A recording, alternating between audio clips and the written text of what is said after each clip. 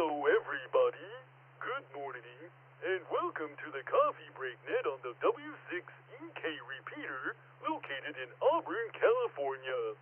The Coffee Break Net, where the sun is always shining, the birds are singing, and the fish are jumping. This net is sponsored by the Foothills Amateur Radio Club in Northern California. And we're here every day of the week from 7:30 to 10 a.m. Pacific Time. Please welcome your net control host and conversation facilitator for today's Coffee Break Net, Brian, AI6US. He's checking in from beautiful Meadow Vista, California. Let's get Coffee Break Net underway. Yes, indeed. Thank you, Mr. Bullwinkle. Let's get the Coffee Break Net underway. I'm Brian, AI6US, and welcome to the Wednesday edition of the Coffee Break Net. Hump Day. It is February 28th, 2026. And let's go ahead and check out what the national days, and we'll get a couple of rounds of quick in and outs as we start our morning. Today is National Battery Day. Think about what your life would be like without battery-operated devices. You'd be cranking your car by hand. You'd be, think of all the devices that you have around the house. And now we're getting into, of course, the rechargeables. When's the last time you bought a pack of batteries? I'm trying to think of even the last time I bought batteries. Most everything is now rechargeable. Today is National Drink Wine Day and Thumb Appreciation Day. Yeah, big shout out to the thumbs out there, and especially to my primate friends with that ever so useful opposable thumb. What would life be without batteries and thumbs, right? Good morning. Let's go ahead and take a round or two of quick in and outs as you start your day. I'm Brian, AI6US, and welcome to the Coffee Break Net on the W6EK Repeater and connected nodes. Who's out there this morning? Let's spread them out, get everybody in the list, and start checking people in. Remember, quick in and outs are 2 minutes and under, and one flip of the soft egg timer. Good morning. Taking check-ins.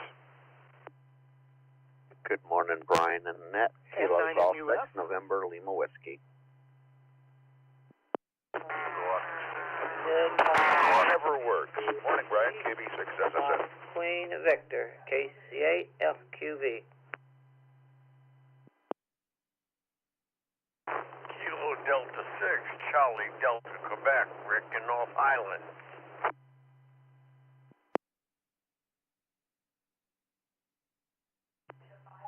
KJ5, Golf Whiskey November.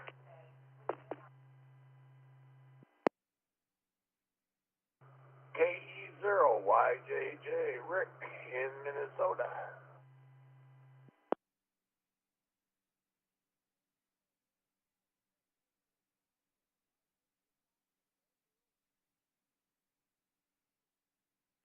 All right. Man, some days we have a kerfuffle, and we are going to just say today is just one of those days. Let's see. Let me try making a little bit of sense of this list, and I think we're going to have a bunch of confirmations here. So let's see. I'm just kind of quickly looking through the list to see who I might have missed on Supermon. But good morning to everybody. Let's see. This is who I heard, and then we'll fill it in from there. Good morning, Rick, KE0YJJ. And I heard somebody say Robert, but I didn't catch a call. There was like about 8 other people in there with you. Who was the Robert?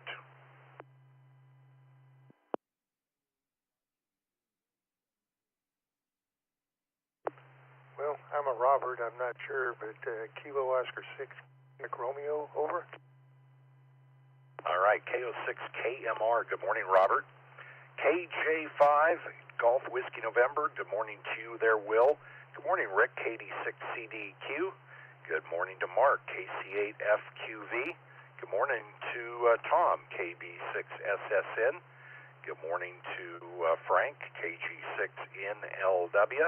And good morning to Daniel, N9MUF. And did I hear Gerry in there? Maybe IHJ, did I hear you in there? Roger that, Q6IHJ. All right. Boy, that, what a start to a Wednesday morning. I don't think I had enough coffee to face that barrage. Who did I miss? M6CKV. November 6, Whiskey, Quebec Uniform, KN6WQ.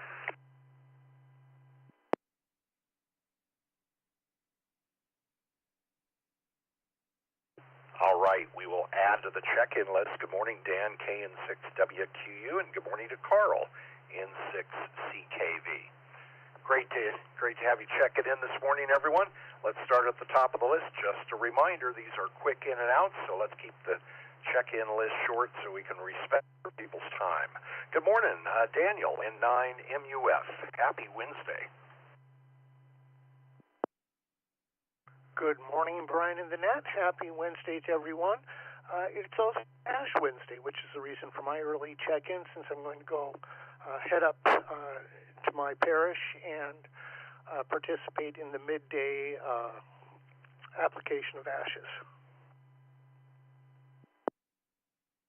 All right. Yes, very good. Yes, Ash Wednesday, the beginning of Lent. And thank you for checking in early so you could head up there for this event. Good morning to you and family going with you today. They are not, but they did come out with me on Monday. We had a wonderful photo together. The software tweaks to my little monitoring program are working well, and might actually see if I can figure out a Windows binary for it. With that, since it's a quick in and out and it's a short 8 timer, I'll say 7-3 to y'all and 9MUF. All right. You have a wonderful day and a good Ash Wednesday at the beginning of Lent. KG6NLW. Good morning, Frank. What do you have for the net this morning? Oh, good morning, Brian and Net. Brian, I'm going to do what the one gal did. What was it, yesterday, day before? I'm going to call you out on your dates. You got everything right, except you said it was the 28th of February, not the 18th of February. 10 days ahead, are we? Something you want to get to at the beginning of March here? Anyway, just the usual stuff, Brian. You know, work. You know, that nasty 4-letter word for most people. You know, this morning I'm back down in Stockton, so having fun. Gonna go to bed, have a nice nap, and see what the next day brings me, starting at like 4 o'clock this afternoon. You know, just the usual other stuff. Check me out on YouTube if you miss any of the Coffee Break Nets. They are live. So, you know, you can always go Team Replay and go, did I actually say that, or is Frank making things up? But, yeah, there you go. Good morning, Brian and the Coffee Break Net. AI6US KG6NLW. Well, you know, just kind of looking at the calendar, the only reason I'd probably want to rush towards the end of the month is to end Lent so I can enjoy Easter. I don't know. Oh, and nothing crazy happened this morning. No excuse other than my brain evidently slipped a cog or the clutch is slipping. Good morning to you there, Frank. Yes, indeed. I just pulled up your YouTube live feed here. It looks like we have a Twitch, a Facebook, and some folks over on YouTube live watching right now. So hello to them. Well, good morning. You have a I was going to say have a wonderful day in Stockton, but it is Stockton. Yeah. Good morning. You have a wonderful day, Frank. It's okay, Brian. Every once in a while, my cog slips too. But, you know, you got to give fun jabbing for it. Anyway, yeah, and I'm on the wrong side of the tracks, too. Funny. All right, have a good day, Brian. KG6NLW.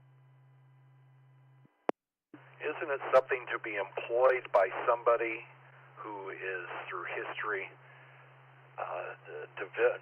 dividing the community? Anybody not familiar with Frank, he's works for the rail system.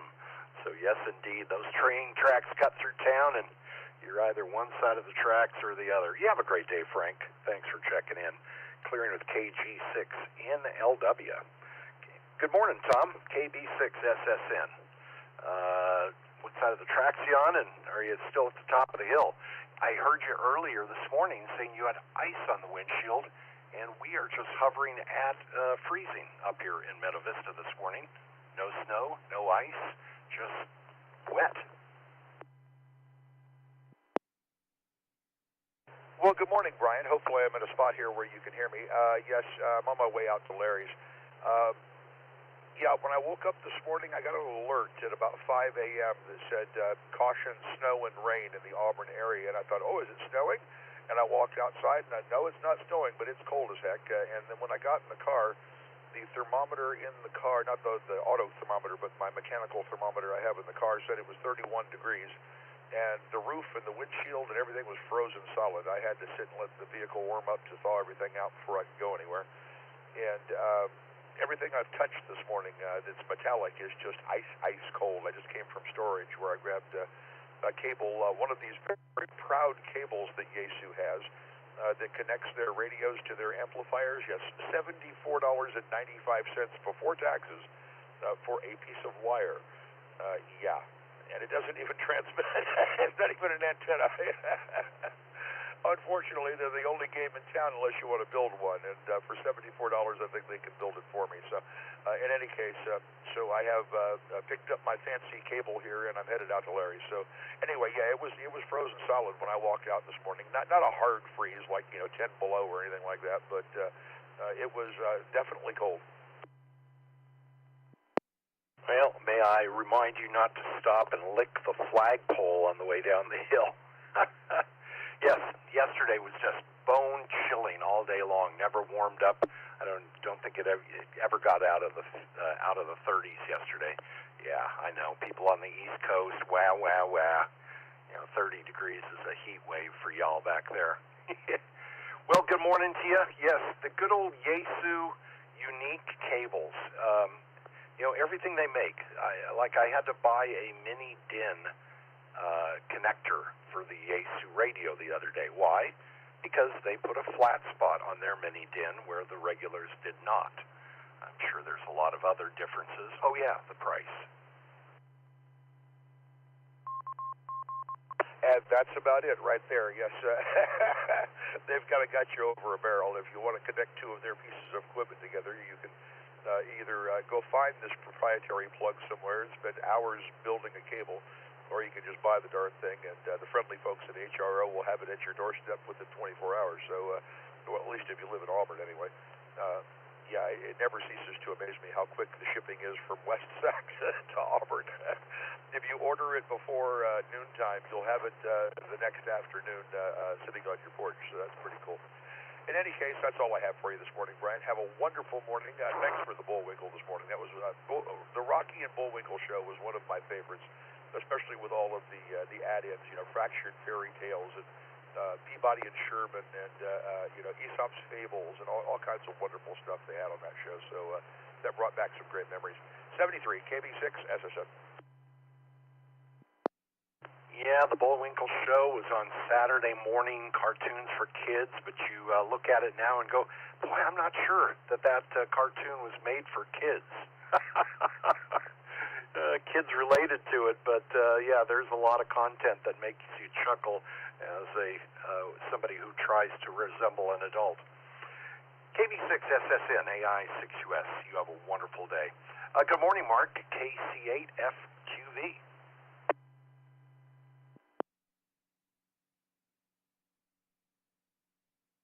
Well, good morning, KCFQB. Yeah, it's warmed up here. I'm pretty decent out. Ran down and got the mail and paper.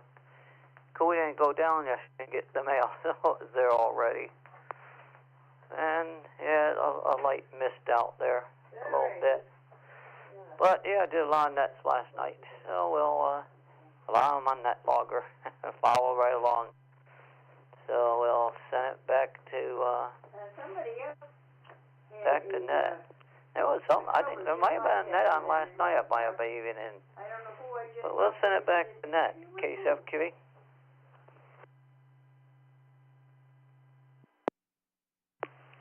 All right, Mark. Yeah, very good. Yeah, sounds like you are a netaholic. Hi, my name's Mark, and I'm a netaholic.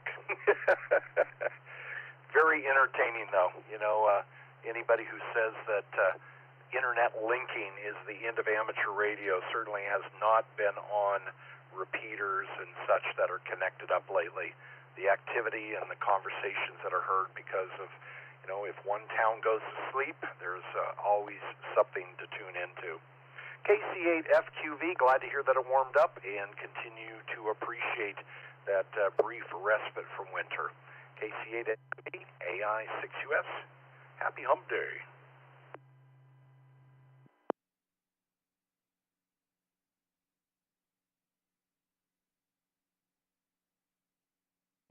Good morning, Rick. KD6CDQ. What do you have for the net this morning? Well, good morning, Brian. This is Rick, 86CDQ in beautiful downtown suburban North Highlands. First of all, I guess I should make a shout out to all my fellow Catholics out there. Happy Ash Wednesday. Second of all, National Battery Day. Gee, I never knew there was one, but I'll tell you what, in all the years I was a consumer and also an employee of Radio Shack, that battery card was sure a good thing. I didn't mind putting out batteries because it brought people into my store to buy things, and I didn't mind having a battery card because, hey, a free battery now and then can help you out. It was a great marketing ploy, no doubt about it. I also, short-time employee of Radio Shack in my college years. And, yeah, many, you know, I think about being a kid and having that battery card, and you go in for one battery, and then you just browse and browse and browse. And, you know, the reality is, what can you do with one battery? You're going to buy something when you're in there, even if it's just a couple more batteries. Well, not very long ago, I bought on eBay a Radio Shack digital multimeter. Very nice one. I had one a long time ago, and I screwed up and hooked it up to something that exceeded its tolerances, and, well, unfortunately, it was a good multimeter, but it bought the farm. Well, anyways, I found one on eBay, bought it, opened it up, and I'll be damned. Inside the battery compartment, what did I find? Radio Shack batteries. It was the green model, which was our intermediate one, from better than the reds, but not as good as the golds. And they were all fully charged. Now, this was just less than a year ago. Those batteries sometimes do last a long time, because I remember they found a 9-volt battery that went way back. It was a real old 9-volt, and it was fully charged. Can you imagine that? KD6, CDQ, 73s, and everybody, have a good Ash Wednesday. Unbelievable. You know, and copper top, you know, the Duracells, they terrible leakage problem. You know, I have Duracells here that are not even 2 years old, and they're already leaking. Crazy. Radio Shack battery, I'm trying to think of, I think the last Radio Shack that I was aware of in the area was up in Grass Valley, and that closed down, probably, maybe almost 10 years ago, 8 to 10 years ago. So I don't even know if they had batteries at that point. So good testament for Radio Shack batteries. But I'm sure if the current company brought them back, they probably wouldn't be like they were. Have a wonderful Ash Wednesday there, Rick, and we'll chat with you again. KD6CDQ AI6US 73.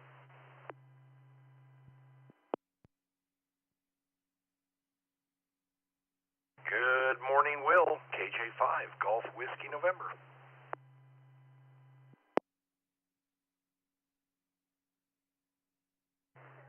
If I could appeal to Mark to send us some rain, I would.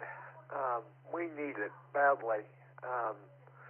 We're dealing with wildfires, burned up over 150,000 acres in western and northwestern and the Panhandle of Oklahoma, injured 4 firefighters, and it was not a good day yesterday to be in western or northwestern of the Panhandle of Oklahoma.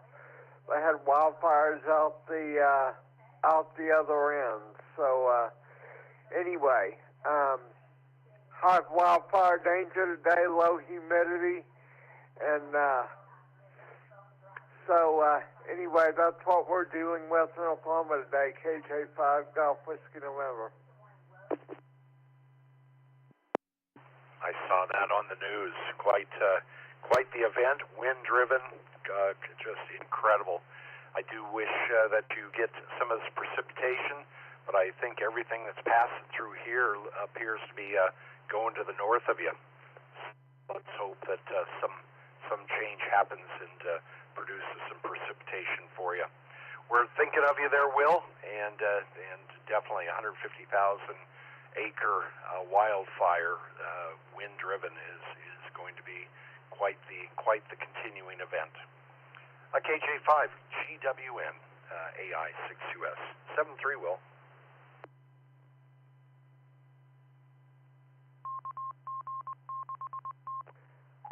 Seven threes, Brian. This is KJ5 Golf Whiskey November. Now clear.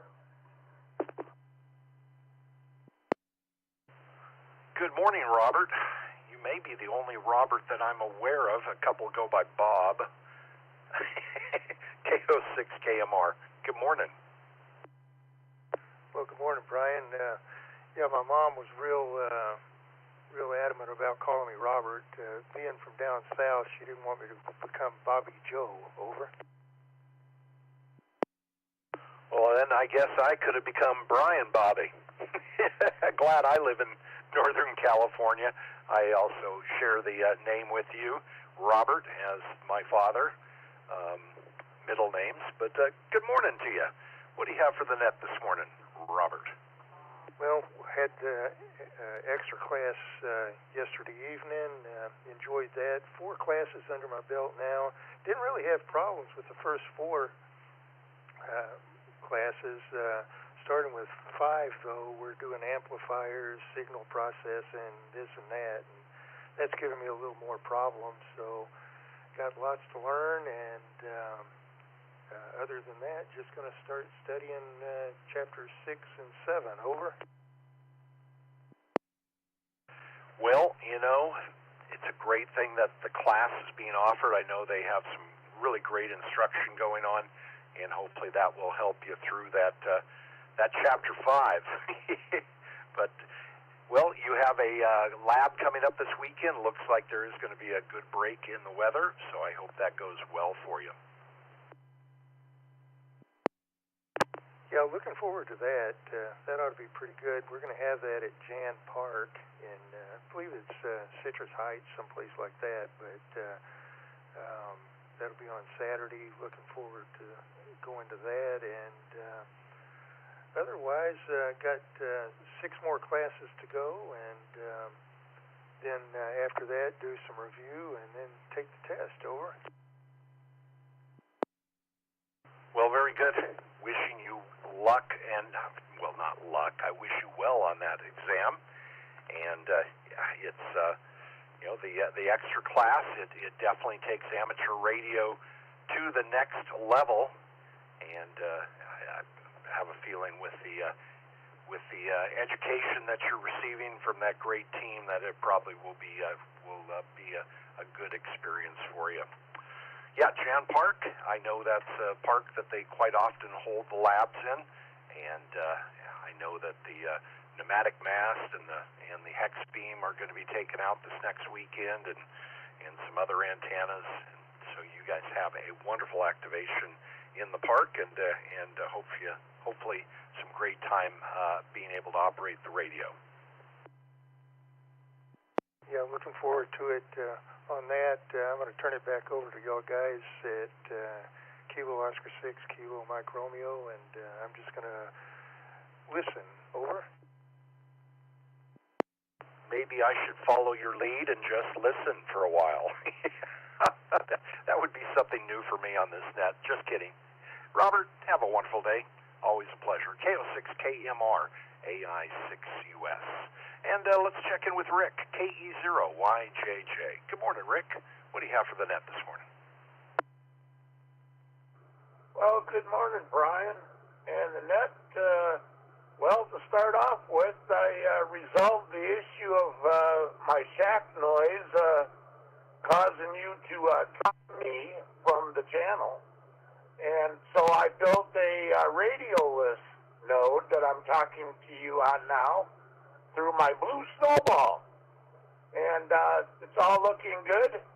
Got all my computer programs up and running, and I can't believe it, but I think I'm going to be getting bored here shortly.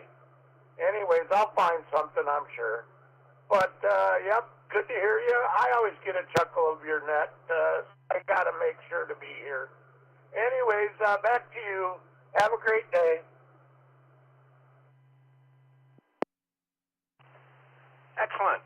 Well, before I let you go, Rick, I'm going to pick your brain a little bit. What is the basis of your radioless node? I just picked up some hardware this past week, the AllScan UCI 200 that I am basing my radioless node on. Not completed with it yet, and I'm very familiar with the Snowball. I used to have one of those microphones that I used quite a bit, and I'm trying to think of what I ever did with it. It was a great microphone.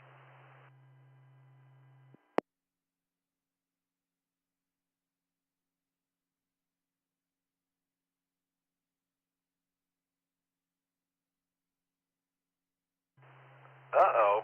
Did we lose you there, Rick? KE0YJJ, AI6US Coffee Break Net.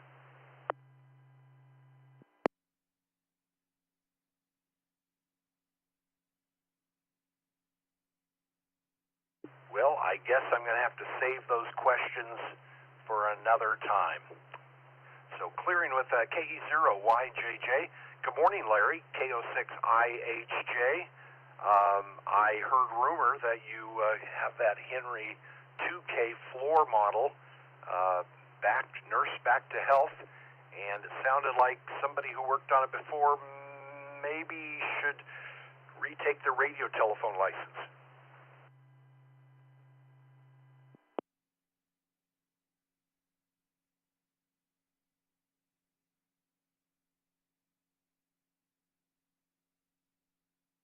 Oh, my goodness. KO6IHJ. Did we lose you there, Larry?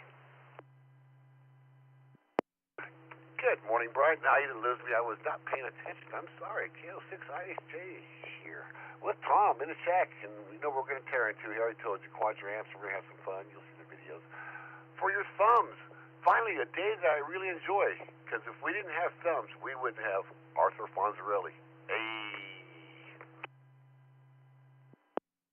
Can you imagine what it'd be like to hold onto a soldering iron and solder and wick? And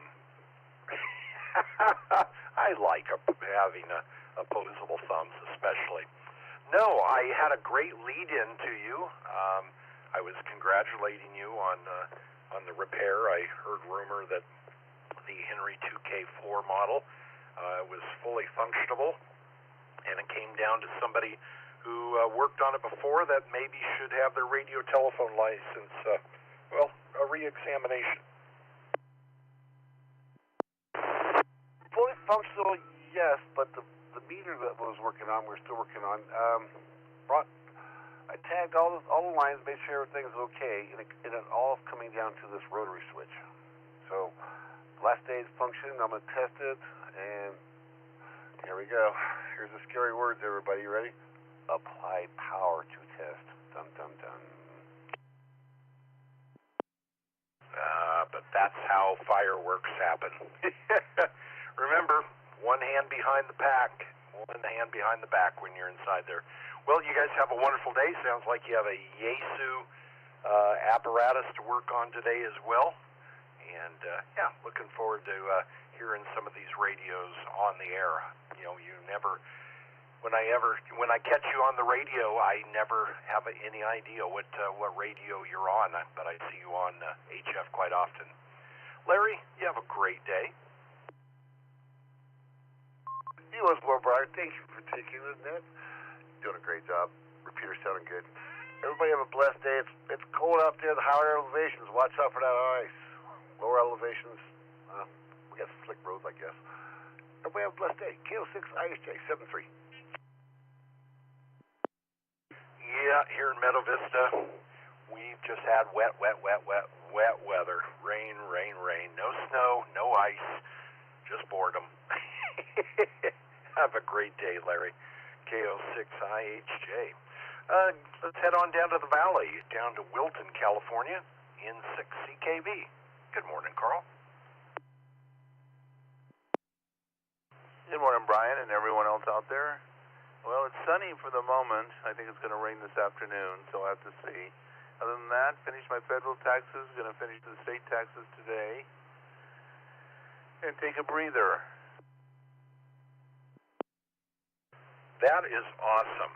I don't do my final taxes. I do those online, and you know, I'm really glad that I do them online. It is such a wonderful experience as compared to 1 or 2 trips down to a tax prep. 1 year, you know, as a business owner, I tried doing it on my own, and I swore never again. So, excellent, Carl.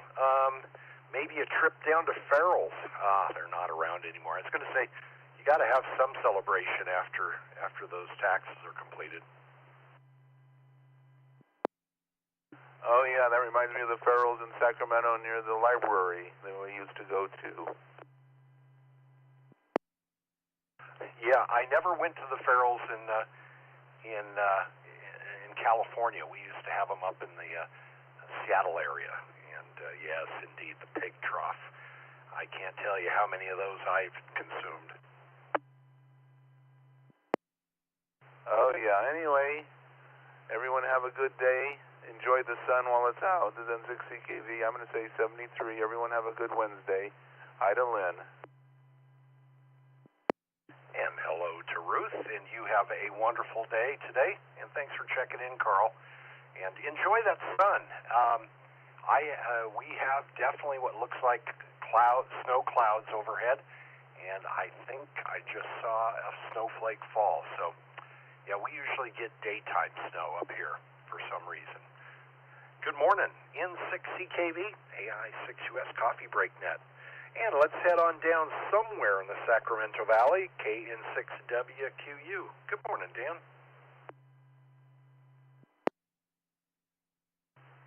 Good morning, Brian and Net. This is KN6WQU. I'm currently in North Island at the moment, still at the QTH.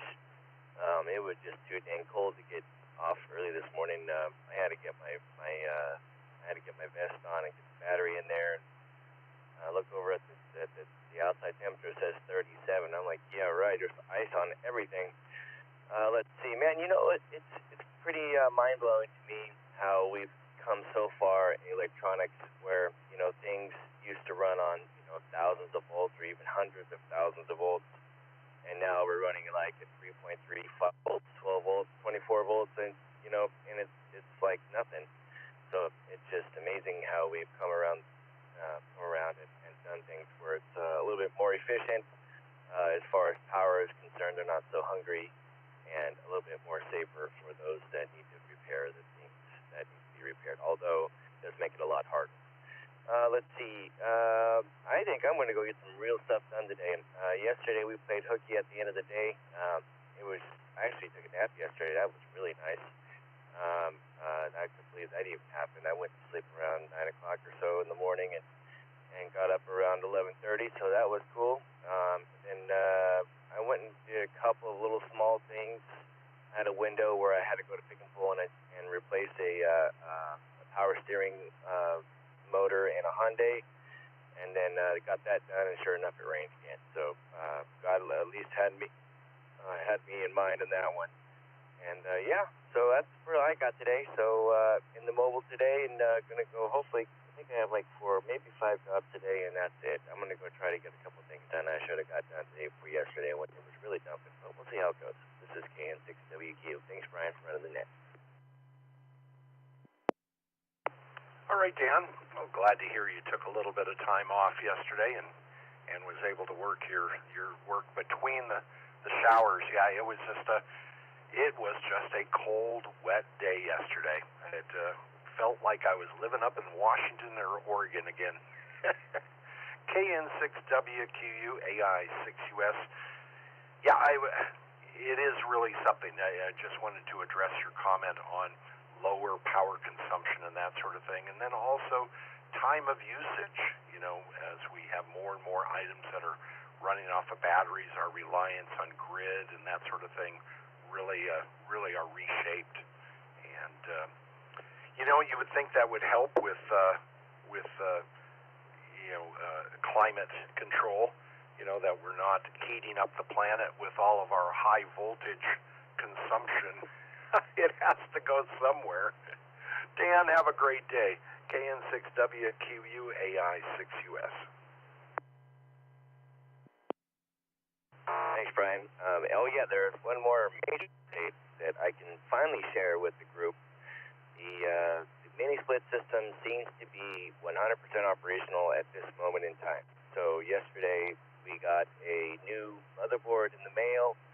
So I got that installed during the rain yesterday, and it hasn't shut down on high pressure since. And it's actually pretty toasty now. So I think it's fixed. ? Fingers crossed. KN6WQ. Well, better late than never, but I'm glad to hear that you have an operating heating cooling system in this current weather we have. So, how frustrating. Brand new equipment, install, and it comes down to possibly just a bad hardware. Well, keep us updated. KN6WQU, AI6US, have a wonderful, warm day.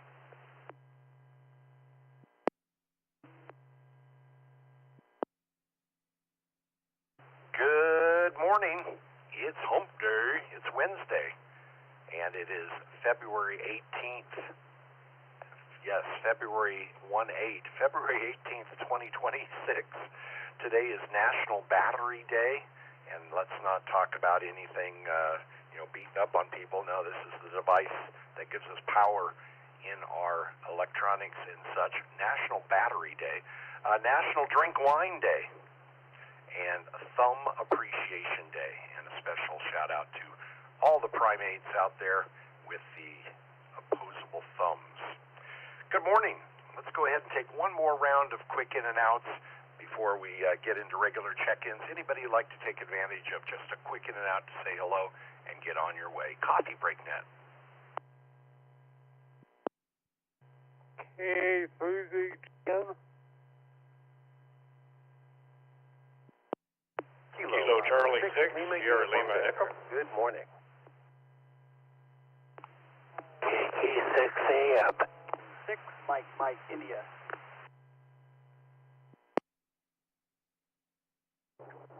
KO6, KBS.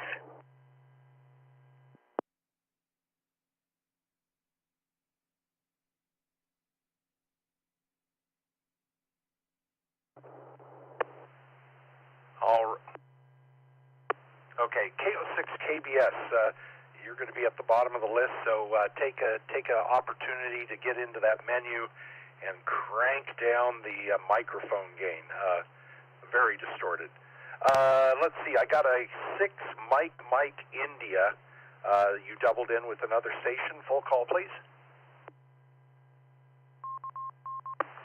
Kilo Ocean 6, Mike India, if you can pick me up.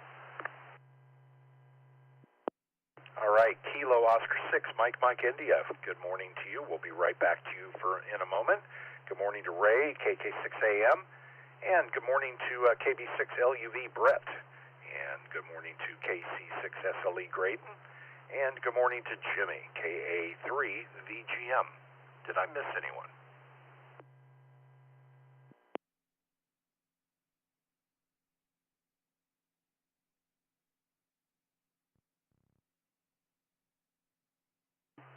I do see a November 3 Golf Mike Sierra up on Supermon. Were you trying to check in?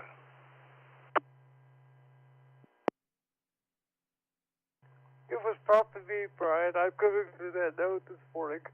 It's very easy.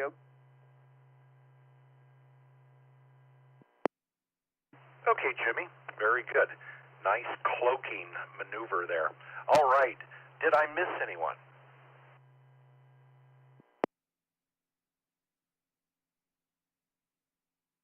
All right, just a reminder, these are quick in and outs. We'll keep the check-ins under 2 minutes if we could. And, yeah, did pretty good in the last round. We averaged just under 3 minutes per check-in, so kudos. Good morning, Jimmy, KA3VGM. Good morning, Brian. Yeah, I'm testing my buddy Node for him.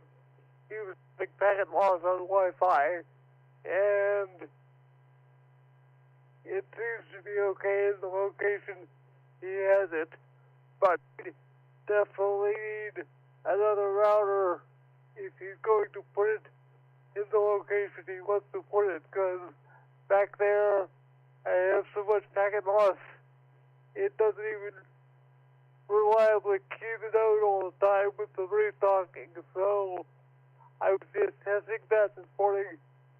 That's why I'm going through that note this morning.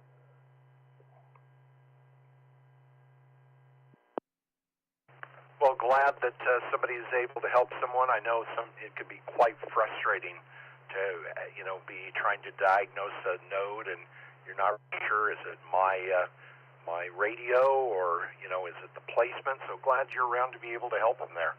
Well, good morning to you. What else do you have going on this morning, Jimmy?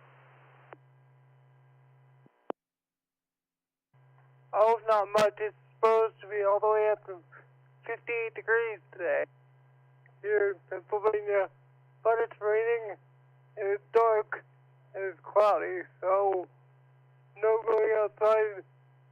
Sure, duck high. K3VGM. Back to you, Brian. Have a good day.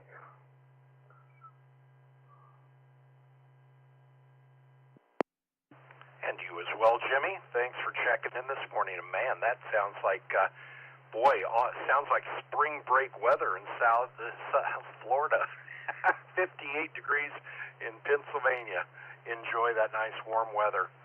I hope Puxadeni Phil did not get your prediction incorrect there. Good morning, Graydon, KC6SLE. Good morning, Brian. Good morning, Annette. Here to your mention of Farrell's ice cream in Sacramento brought back good memories and bad memories. Remember how Farrell's ended in Sacramento? I was not living here at the time, but as I recall, please tell the story. I remember it involved an airplane crash. Yeah, it was right after an air show. A vintage aircraft was trying to take off. It was a jet. Was trying to take off out of the, I'm pretty sure it was Executive Airport. Did not get airborne, slid across the end of the runway and went right into Farrell's and exploded. It was pretty ugly. And I don't recall what the loss of life was, but man, Farrell's known as one of the happiest places on earth to have something like that happen. I don't think it was ever rebuilt, was it? No, it was not. We, I grew up with Farrell's in the Valley in Fresno, and it was quite the place to go when you were a teenager. And yes, I never ate a pig's trough by myself, but we shared one amongst a lot of my friends. Okay. Well, I can tell you, I had in the crowd I ran with, our badge of honor, one of the badges of honor, I should say, was how many pig trough ribbons you could have hanging, obstructing your view in the windshield.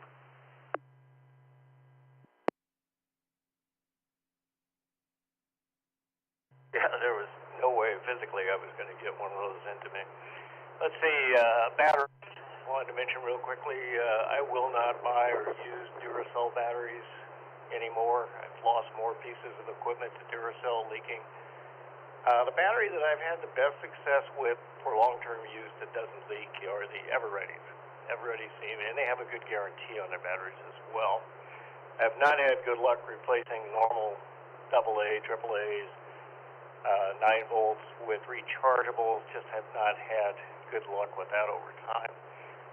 Let's see, I wanted to mention too that it's not too soon to start promoting the Fox Hunt coming up on February 28th, last Saturday of the month, right after the club breakfast. I've been in conversation with Marty, and Marty has a plan put together. I've seen his cut sheet for the Fox Hunt for that day.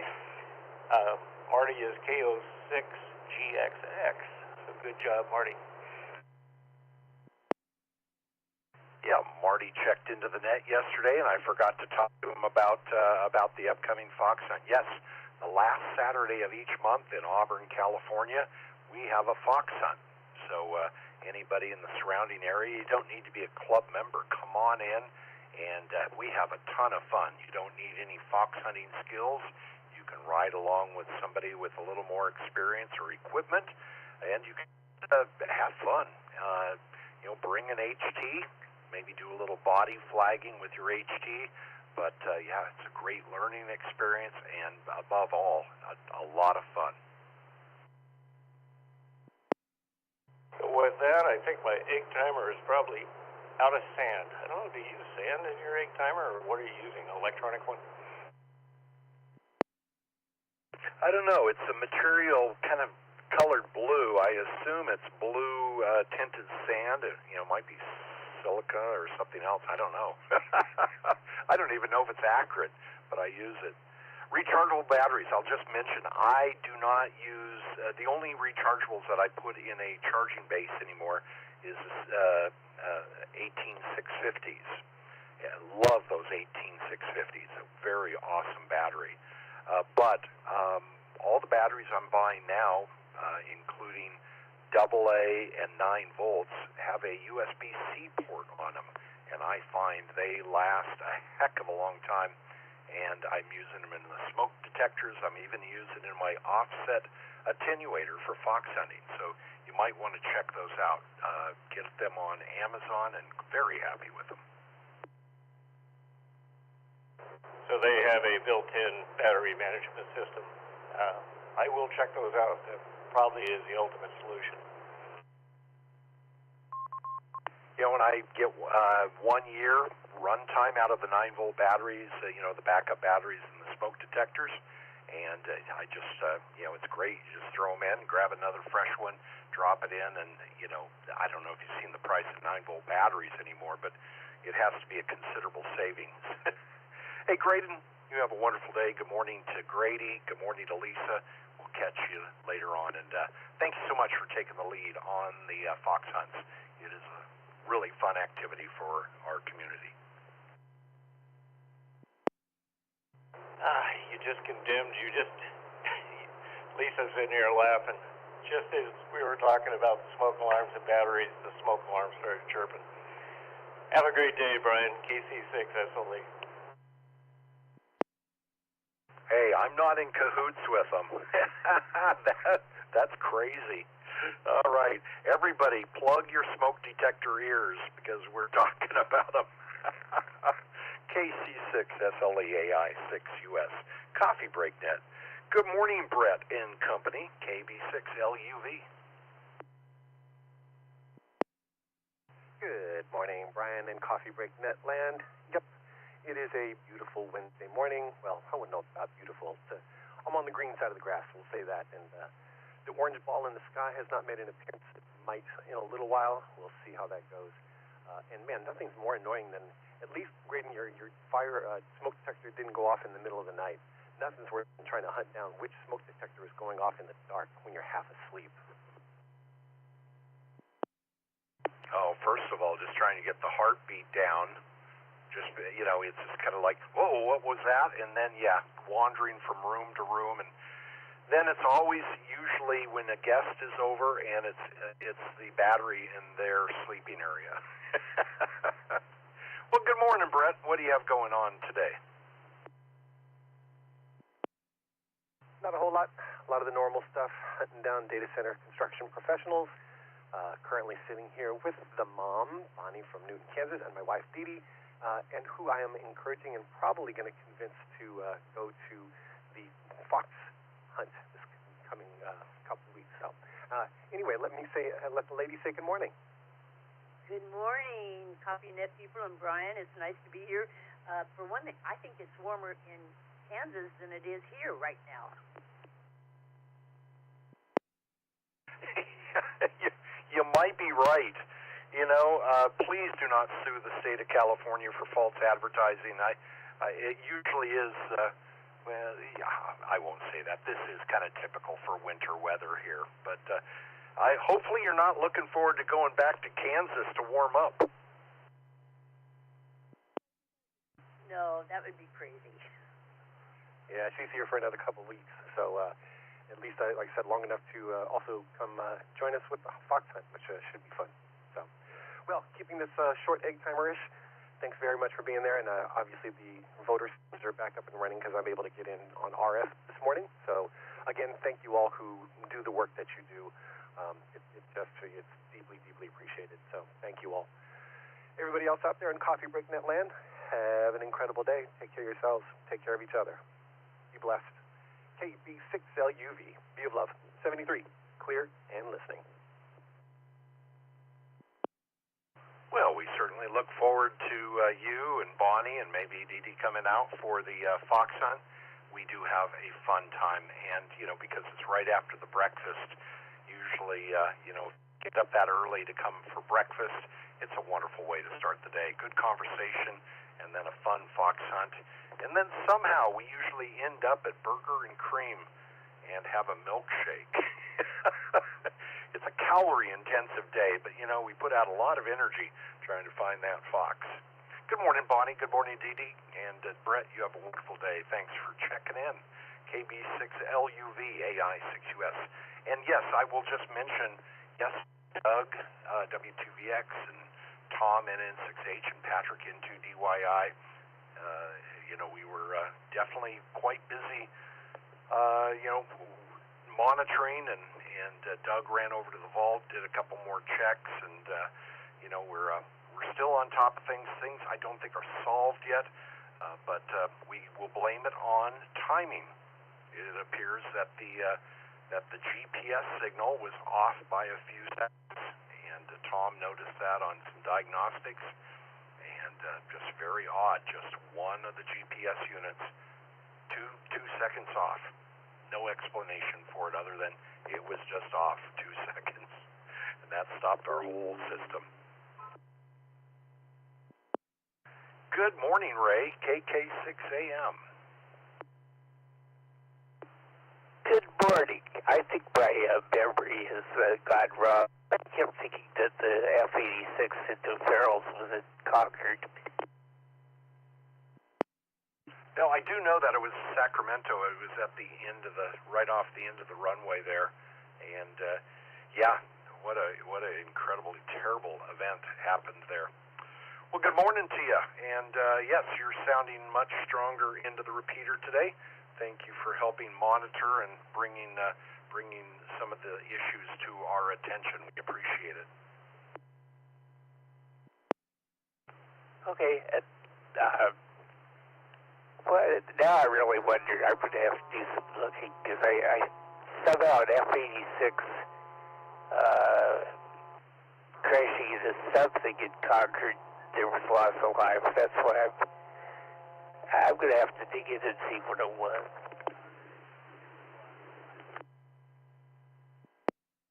Well, I'm looking it up right now, F86 Concord, California, and boy, F86, I see something, I'm not finding any incidents, so yeah, let us know what you find. Boy, that F86 was a beautiful plane. Yeah, very good drone too. That's the private company I worked for in Mojave was converting F-86s into QF-86 drones. Yeah, that would be intimidating as heck. Yeah, I just looked up, air crash and Concorde, F-86, and I just, let's see, there was one down in F-86 Saberjet crash in Los Angeles, Sun Valley Mall, Korea, F-86 plane crash, Sacramento Farrell's Ice Cream Parlor, but I'm not finding anything with Concorde, so let us know what you find. Well, I must be confused because I really can't believe they're B-2. It's amazing, though. There are quite a few F-86s in private hands. No, and I don't blame people for collecting them. They are a beautiful aircraft. Well, good morning, Ray. If you don't have slippery sidewalks, it looks like it's going to be a couple decent hours to get out before the next system moves in here. But thanks for checking in this morning, Ray. No problem. Thank you for being there. W6EK And in case you didn't catch it, today is Drink Wine Day. I know you don't need encouragement, but that is a national day. Not making it up. KK6AM AI6US. Good morning to KO6MMI. Did I copy that call sign right? Mike India? Yes, sir, you did. You copied that all the way. Boy, I'm looking you up here, and I am not finding that call sign in the database. New call? Brand new call, less than 24 hours old. Well, very good. Congratulations on that. That is strange. Typically, QRZ is on top of their game, but not on this one. Hey, congratulations. Welcome to a wonderful hobby. What's your location and your name? It's nice to get on. I've been listening to you guys for the past few days. My name is Jeff. I'm here in cold Roseville, California, right in the valley. So I guess kind of in between everyone here. I don't know if I said, but long-time listener, first-time caller. So happy to be on the net with you guys. I've really been enjoying the past few days, just listening to the community, and really happy to get on here. I was given some wise words of wisdom to listen and then contact this repeater by Theta. If anyone's familiar with her, I couldn't tell you her call sign at the moment, but she was an Elmer that was at my BE test that I passed on February 14th. Happy Valentine's Day. Well, congratulations to you. Let's see, the 14th, so you would have tested with the Granite Bay VE group. Jeff, K6BSY, down at the Douglas Auburn Folsom Rayleigh. So congratulations to you, and welcome. Yeah, Theta, of course, she's a net control operator on her and her husband, Gerry, typically will take Thursday. And I think this week they're doing Thursday, so tomorrow and Saturday. So welcome. Well, Jeff, you're making into the repeater just fine.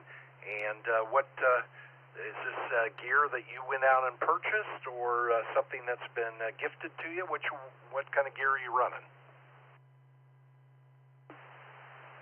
Actually, kind of a funny story there. As I walked in, I had a couple of GMRS radios that I had bought for myself maybe 15, 20 years ago. which is all I had, and walked out with a perfect score on my technician and then passed general. But I guess because I got perfect score on the technician, I won a free radio. At least Jeff gifted it to me, and had all the local repeaters programmed in, and I am transmitting from that little Baofeng UV5R. The funny part of it is as I got home, my wife preemptively gave me a Valentine's Day gift of another 2 Baofeng radios. So I've gone from 2 GMRS to 5 little HTs in a hop, skip, and a jump. That is great. And you know, many of us carry the Baofeng radios just because they are so readily available, and you know, the cost of them is very reasonable. So if you drop one, damage it, they are quick to replace, and you can clone them. Yeah, so very good.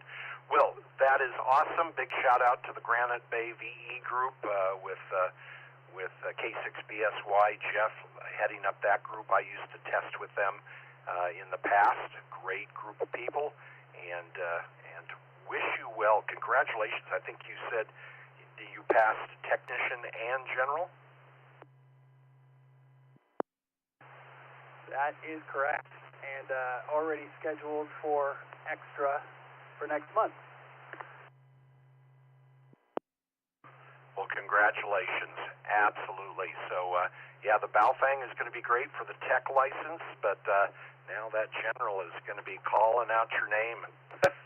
We do have a Hamfest coming up, so if you don't have the urge to buy something new, you might want to come out to the Loomis Hamfest at the historic Loomis train station March 28th. That's Saturday morning, March 28th, 7 a.m. Buyers arrive. And, yeah, there's one of the biggest, well, the biggest swap meet in, ham swap meet in Northern California, and the first one of the season. So we usually have some pretty good gear there. Yeah, so something you might want to check out. Absolutely. That sounds right up my alley, as I would like to get a little small base station and definitely need some help with some antennas that I might want to be using for POTA. I don't want to take up too much time, but yeah, thank you for the info. I think I'll definitely see y'all there, to whomever shows up. And I'll just say a quick 73. Thank you all for letting me on. Pleasure to be here. All right, Jeff, and just first and third Wednesday, so tonight is the third Wednesday of the month, we have something called the Elmer Net here on this repeater. So if you drop by this evening, somewhere around 7:30 p.m. to 8:30 p.m., usually about an hour long, just check in, even if you don't have any questions. And you know, it's a great place to ask questions and just kind of listen to some of the advice that is given, a great learning opportunity for learning. Well, Jeff, if you don't have a home, we would definitely like to invite you to check out any of our events with our club, and there are many clubs in the area, so you have a great choice of clubs, and you don't have to just join one, but we certainly would invite you out. We are a social club with a ham radio problem. So, Jeff, congratulations on your tech and general license, K06MMI. I'm going to invite everyone out there to grab your microphones. We know what we do. So everybody, please grab your microphone right now, and let's welcome Jeff to an awesome hobby. K06MMI. Welcome, Jeff, AI6US. Come on, everybody, grab your mic. Welcome, Jeff. Welcome, Jeff. Welcome, Jeff. Welcome, Jeff. Kilo Oscar 6 Lima Golf Papa. Congratulations. Welcome, Jeff. WA6E. Welcome, Jeff. KG6 NLW with a side comment. Welcome, Jeff. K6BS1. Welcome, Jeff. Joel, KO6, KBS.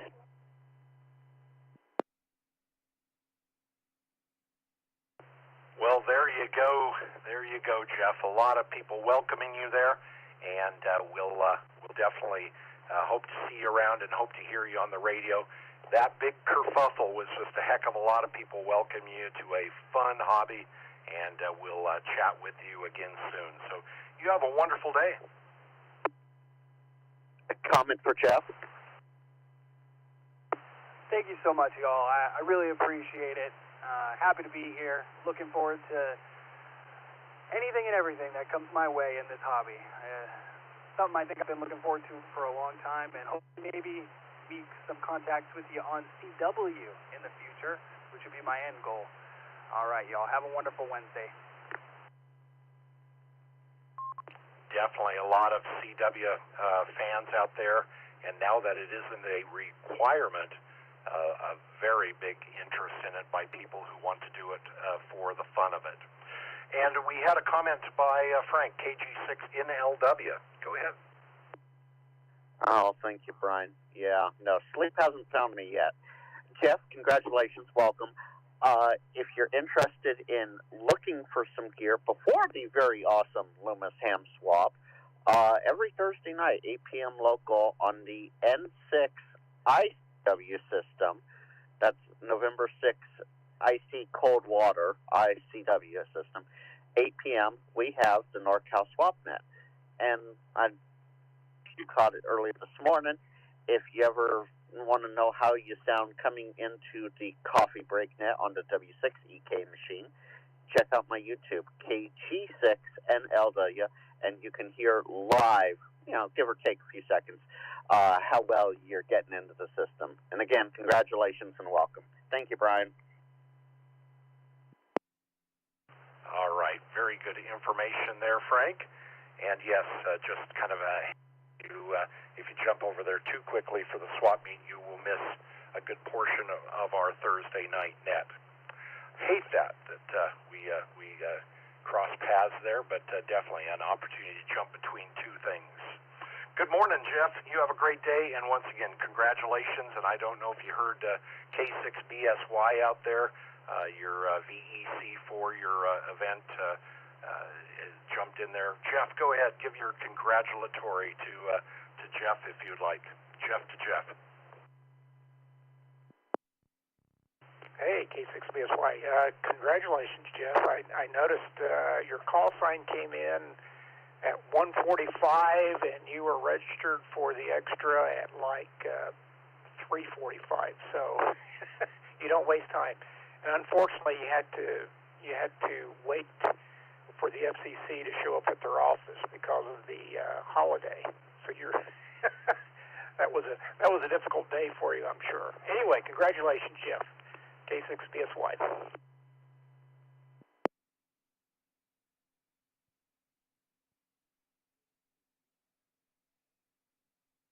All right, Jeff, you have a wonderful day. Thank you, Jeff. Jeff and Jeff, KO6MMI and K6BSY. Always great to have a new amateur radio operator join in, and we get to celebrate this with you. And you have a great day. And let's check in with Joel. You've been very patient through all of this kerfuffle and fun stuff. KO6KBS. Good morning, Joel.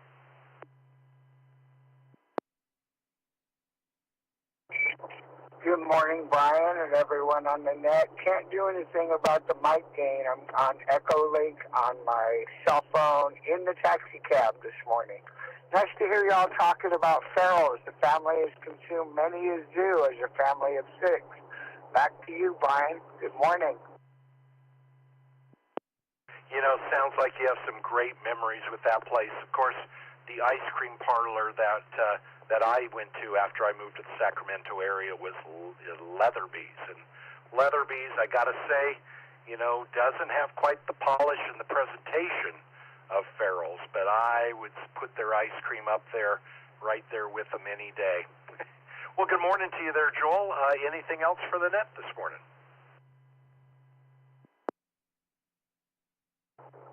No, not really. The good news is I've been studying for the extra class. I walked away from it for a little while because I just got overwhelmed. But I think the next VE session for that, I'm going to go ahead and go for it. And still live in the mobile home park. Can't put up an HF antenna, so I'm stuck on UHF. But looking for a house and planning to move as soon as possible so I can get back on HF. Other than that, nothing going on. Live from the taxi cab, KO6 KBS. Back to you.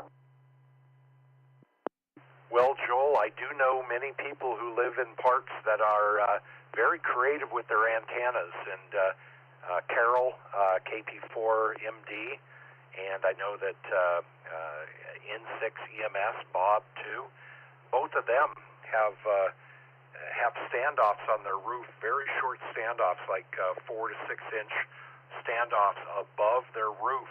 And so it just is a very thin, almost invisible wire running around the perimeter of the roof, and not even identified as an antenna or stand out,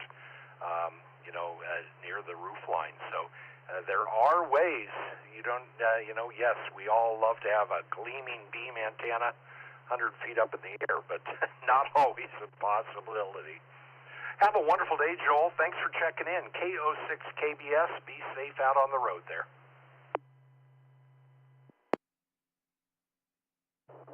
All right, Brian, thank you for letting me check in, and thanks for running the net. And I'm going to start checking in regularly again. Have a good one, sir. 73. KO6 KBS. All right, 732 there, Joel. Hey, good morning. Coffee Break Net on the W6EK Repeater. And let's go ahead and start taking some more regular check-ins. Just a reminder, monthly breakfast at the end of this month in Auburn, California, 7:30 a.m. at Mel's Diner. That's Highway 49 in Auburn, California, 7:30 a.m. We usually have a big crowd turn out and have a great social time and great breakfast together. Immediately following that, of course, is the fox hunt. If you've never done fox hunting before, it is a hidden radio transmitter somewhere in the greater Auburn area typically. And we go out there and we find that fox transmitter, and it is a lot of fun. So even if you've never done a fox hunt before, come on up and ride around with somebody who maybe has a little more experience and join the fun. Fox hunting, February 20th, 9 a.m. We meet in Mel's Diner parking lot on Highway 49, and our fox tender will be Marty, KO6GXX, and looking forward to a fun fox hunt. More information on the club website, W6EK.org. Good morning, Coffee Break Net. Let's go ahead and take some more check-ins. I'm Brian, AI6US. If you're short on time, let me know you're short on time. Let me know you want to be a quick in and out. I will put you at the top of the list. Taking check-ins. N6ERL.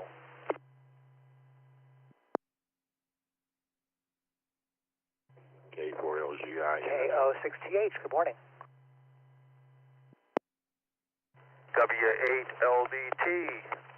Quick in and out. AS6TG, in out.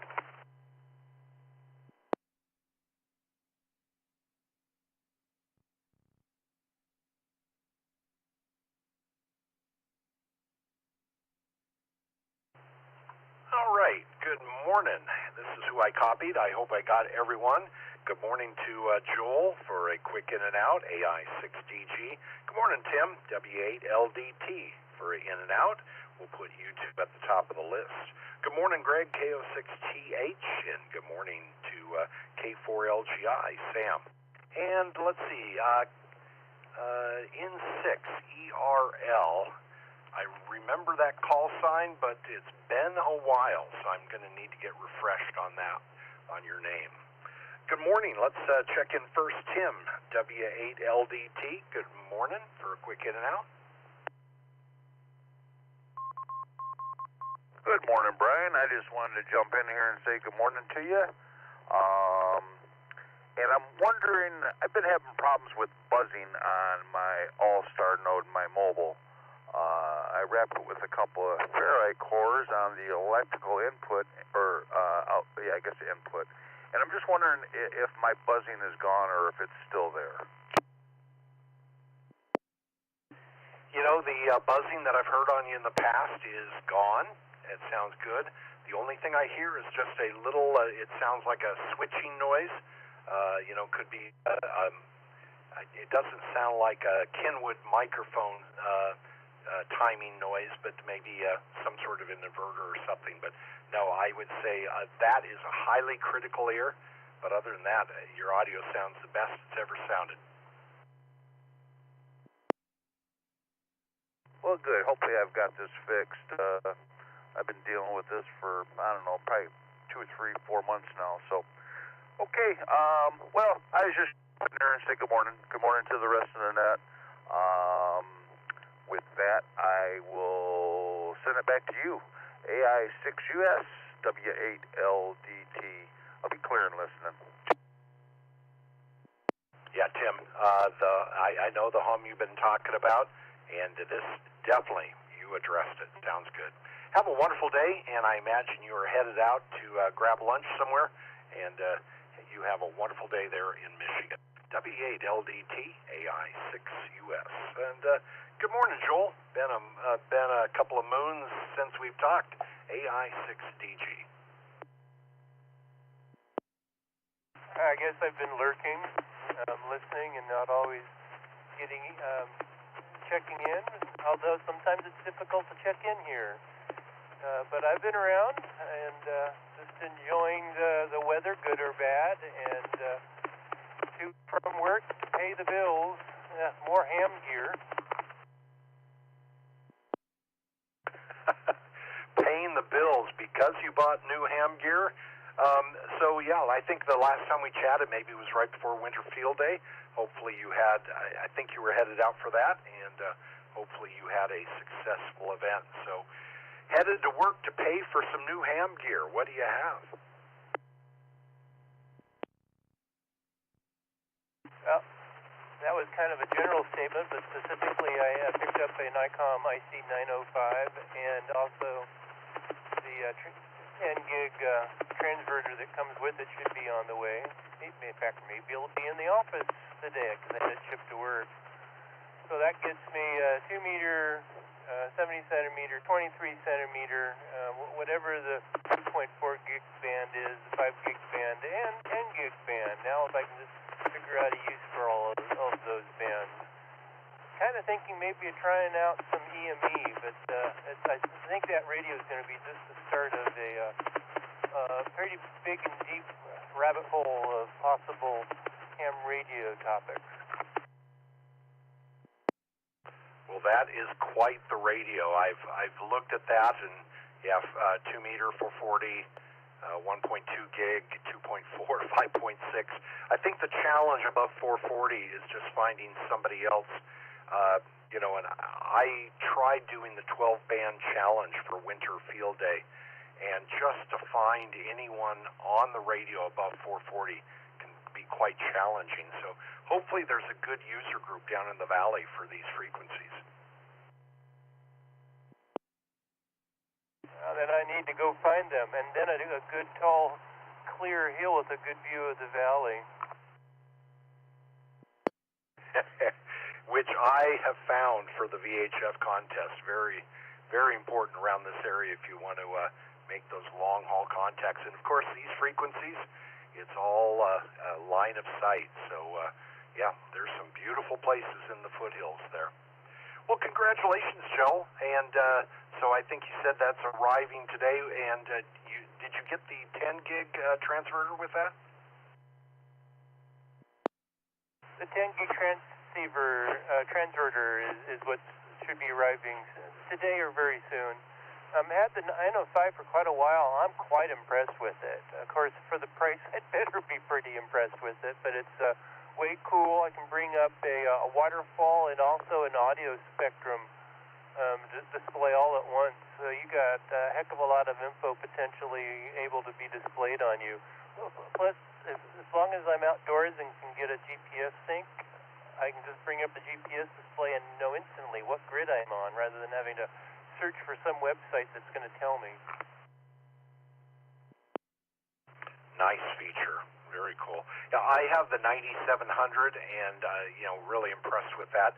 I don't know if you can give a comparison, but some of the weaknesses of the 9700 I heard were addressed in the 905. Did you have any opportunity to compare these two radios side by side for their comparative bands? Not in person, but I did do some research between the two of them, and I kind of get the feeling that they're filling different niches. The 9700 is more base station and more for satellite work. The 905 is more portable and is intended more for SOTA or field work and also for EME. Yeah, very cool. Well, congratulations on the new transverter on the way there. And yes, I think it's very important when you started getting into these higher bands, know who the other operators are, what day they're going to be, and what direction their antennas are going to be pointing. Definitely can be a challenge. Always amazed to see what they're doing down in New Zealand or Australia, shooting across the open water expanses and the distance that they can cover on these bands. But very cool. EME would be pretty darn awesome, and wouldn't it be neat if we got something geosynchronous into these higher bands?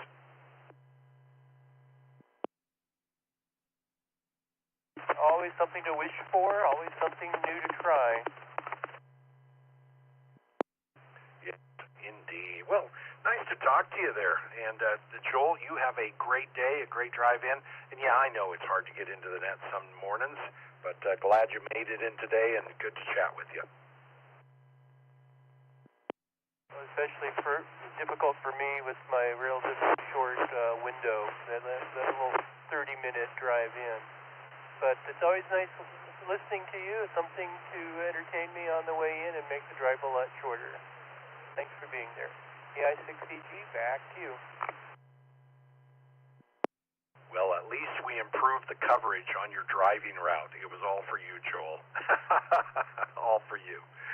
Clearing with AI6DG. And let's head on up to the top of the list. N6ERL. Good morning. Well, good morning, Brian. This is Peter in Nevada City at 3,500 feet on our mountain. We've got 14 inches of snow so far and had a power outage that just came back on. Yippee!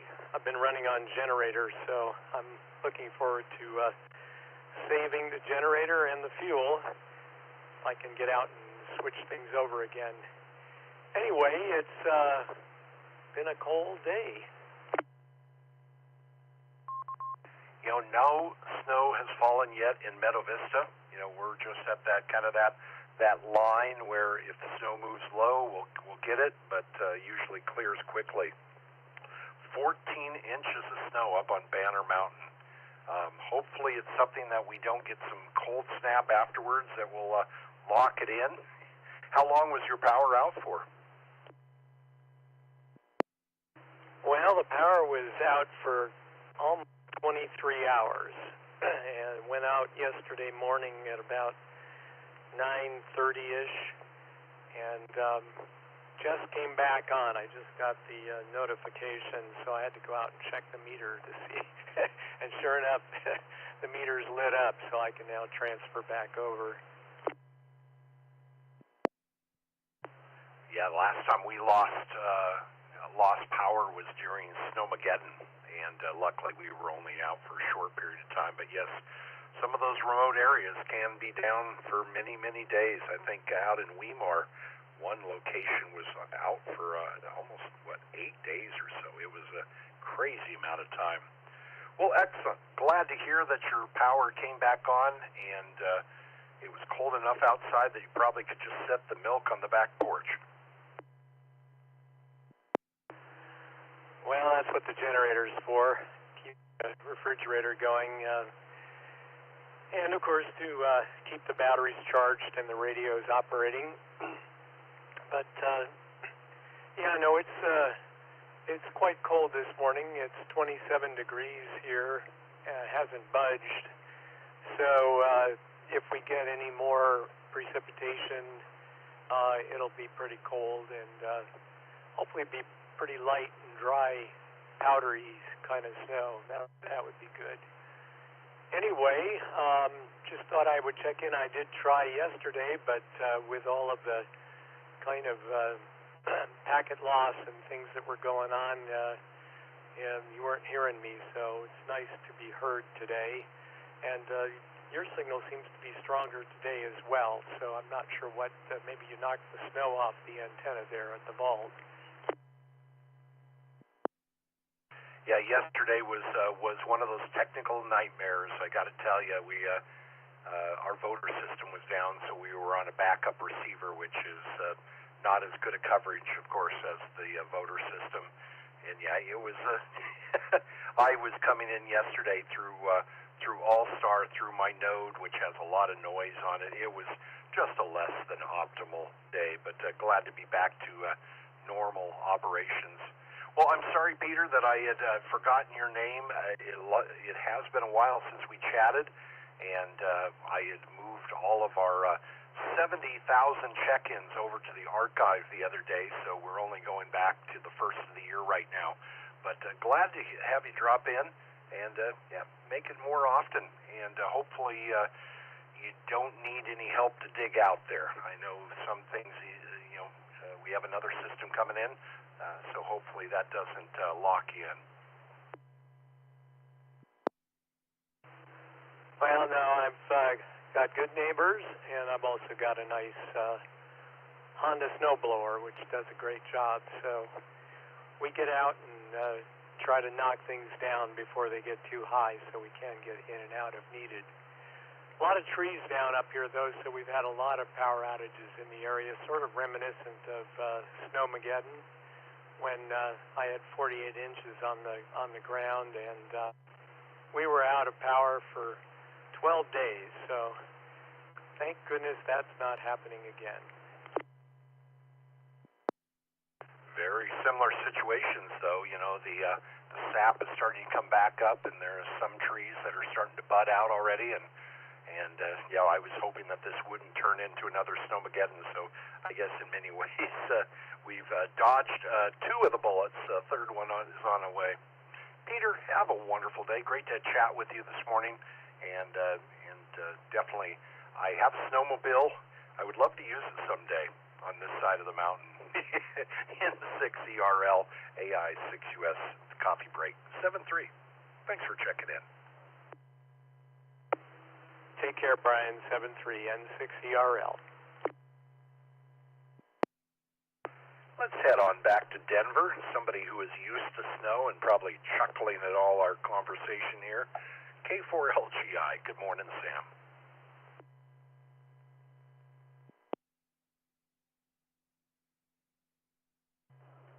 Good morning, Brian. Everybody in the net. Everybody's sounding good this morning here in Denver. About 46 or so right now. Very sunny. Very nice weather. Feels like the AC's on high, so can't complain. Just finished an omelet. Headed back here to the laundromat. Hot water. The building was out, and I had some things I thought may have a bed bug in them, and so I want to get them out then into the washing machine and take care of that. So just listening in this morning and sort of reading the mail. Thank you very much, Doug and the others, Tom, and got the system up and running. Sounds great. And we'll kick back here and listen and see what everybody has to say this morning. Just threw my clothes and weather blankets and all into the dryer and sit back here for a while. K4LGI, we see you later, Brian. Oh man, yes indeed. I have not been around any of those types of things for a while, since probably my daughter was in grade school or something, and man, that can be a pain. Well, put those blankets in on super high for a super long time, and whatever you do, just don't warm them up. Overheat them and kill those little buggers. Good morning to you. Always a pleasure to have you drop in this morning. And yes, a big shout out to everybody who worked on the radio system yesterday. And I don't know if you heard, but it all came down to a GPS timing issue. Our master timer somehow was 2 seconds off, and they're all GPS synchronized. And who knows why, how, but shows the importance of technology in our systems nowadays. So, yeah, the internet was working, all the radios were working, but the system just said, nope, none of these radios are valid because the time is off. You have a great day, Sam. Back over to your final, and thanks for checking in on this Wednesday morning. K4LGI, AI6US, Coffee Break Net.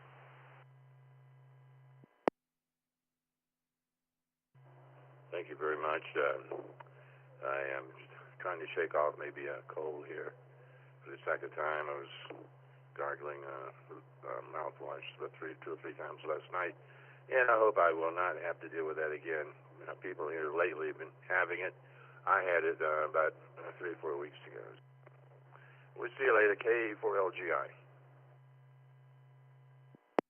Yeah, exiting last year and into the beginning of this year, I had one that just, started out as a cold, but it just hung on for about almost 3 weeks, and just could not lose the dry cough. It was something else, so hopefully that is not what you're going to have to deal with there.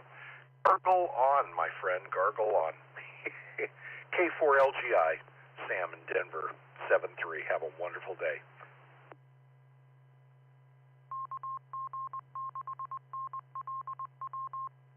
Good morning, Greg, KO6TH.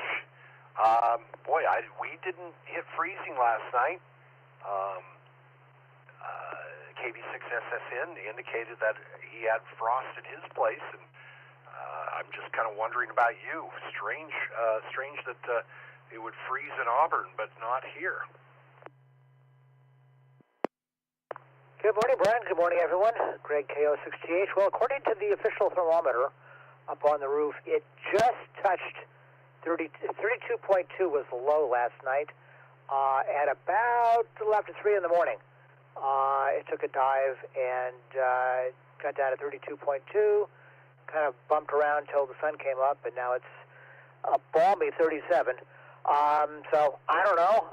It's the rain. Let's see, the rain, according to the instrumentation, ended about about 7 o'clock yesterday. So I haven't checked the physical rain gauge yet, but the electronic one claims no rain since midnight. So I have no idea what happened yesterday.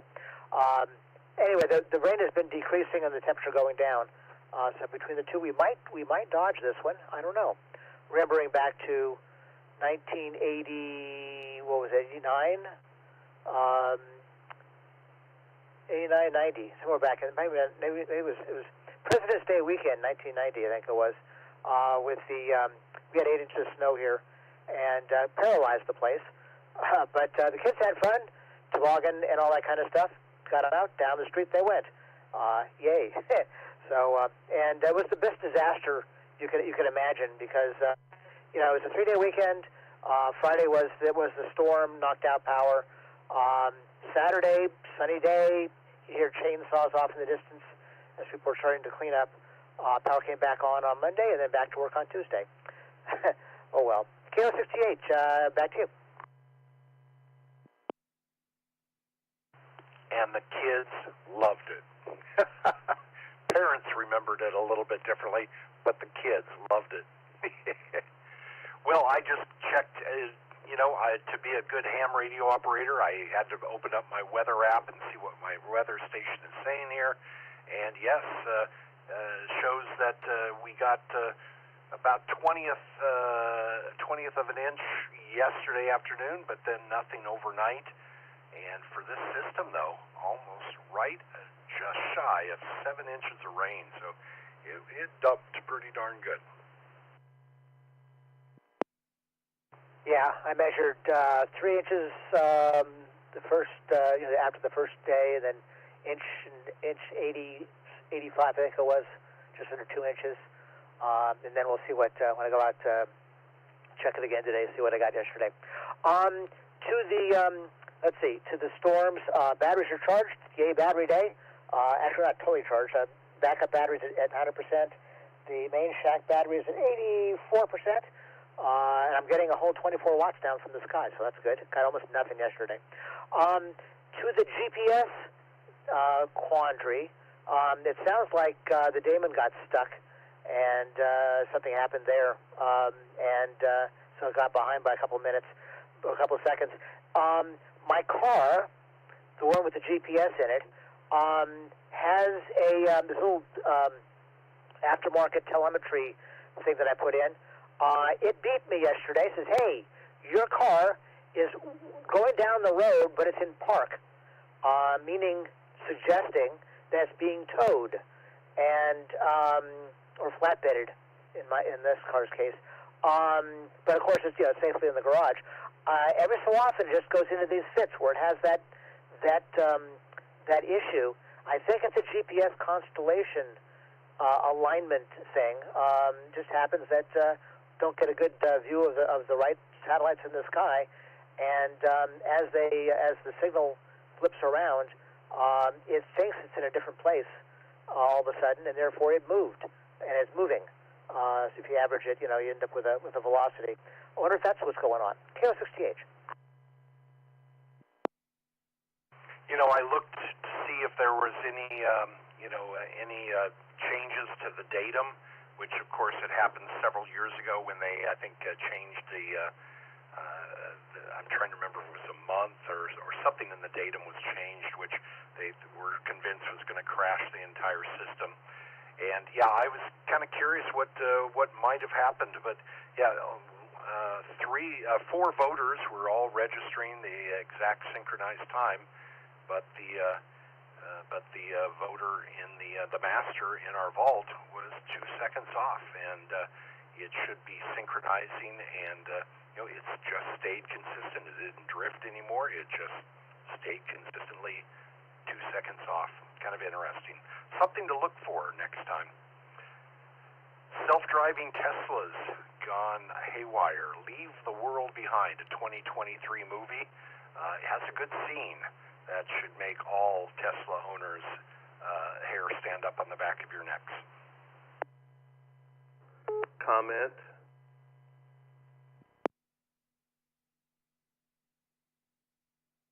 I don't know, Greg. How do you take the interruptions? Should we? Yeah. What do you think, Greg? Yeah, go ahead, comment. KO6TH.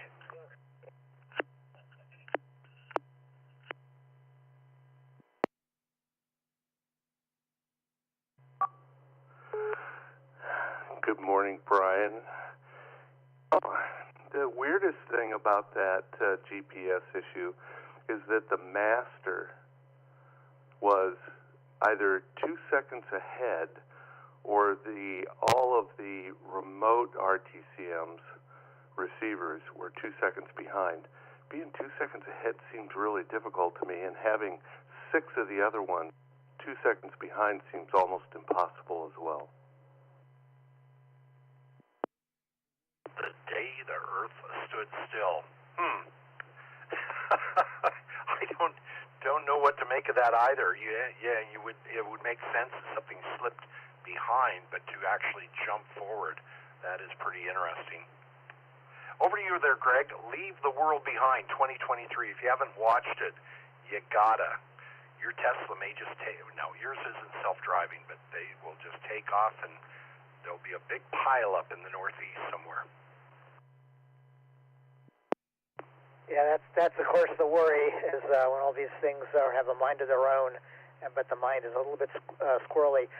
Doug, you might check the log and see where the GPS thinks it is, and see if it moved, because 2 seconds, I'm not sure how far that is in terms of horizontal distance on the surface, but it might be a diagnostic kind of thing.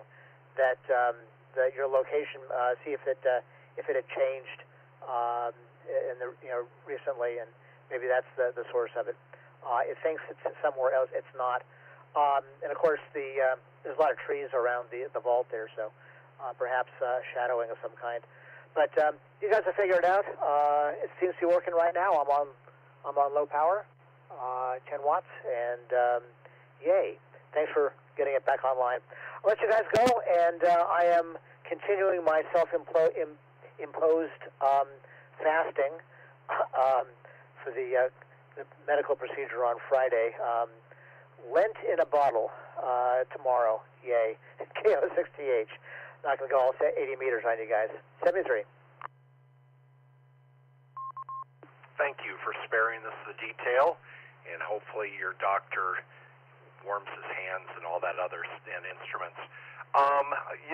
Greg, 2 seconds though, would put us 330,000 miles away. So yeah, that would be quite a distance that little node would have thought it traveled. Yeah, if you're going vertically, horizontally, every 15 degrees is an hour. So how far is 2 seconds? It's not that far. KO6TH. Horizontal travel. That's interesting. Yeah, see where it thinks it was. I don't know if Doug, did the data that you collected show? Well, it's off of multiple satellites. A crazy situation. Over, Doug. Put a hat on it. Well, it does a raw computation for multiple satellites, and then it converts it into an Earth clock time. Yeah, maybe it's possible. But I think it's actually some violation of moving faster than the speed of light or something like that. We'll have to get Tom on later. He's a physicist. Maybe he can straighten that out for us.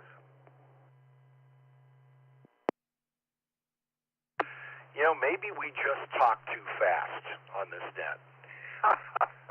Hey, Doug, I just want to thank you for physically going over to the vault yesterday a few times and hauling a laptop with you and exploring some of the network stuff as well. So thank you for everything that you put into that, and it's wonderful to have things operating again and scratching our heads wondering why.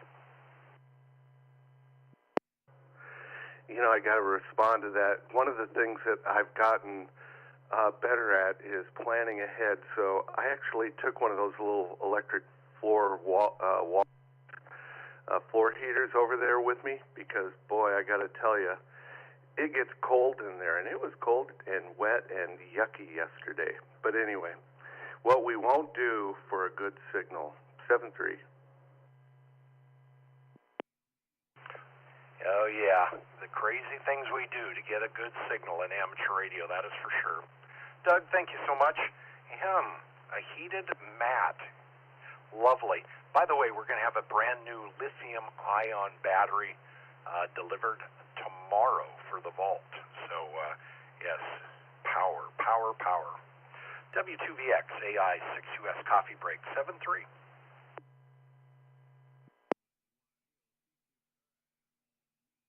We are at 9:13 a.m. Pacific time, and let's go ahead and take some check-ins here. I've seen a couple key-ups from Fireside, just wondering if somebody from Fireside was trying to break. Fireside East Coast Hub. Was there somebody trying to check in?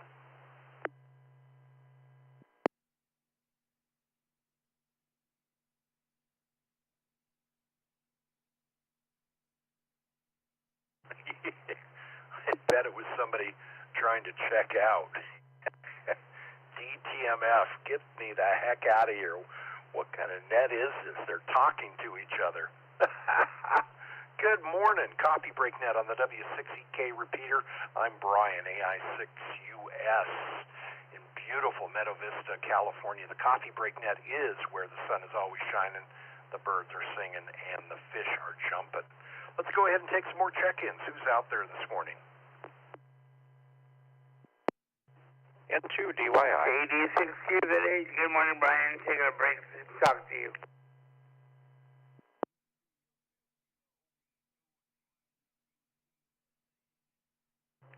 W2EK Kilo Oscar 6 Lima Golf Papa Glenn Dose Quick in and out. Good morning.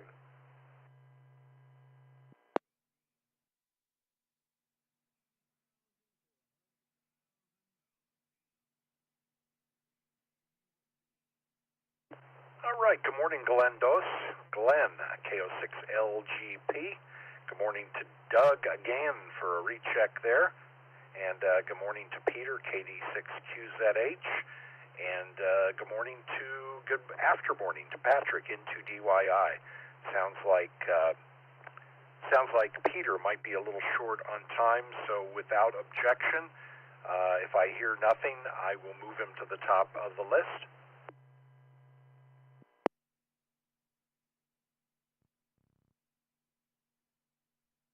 Come on, guys, I'm giving plenty of time for your objections.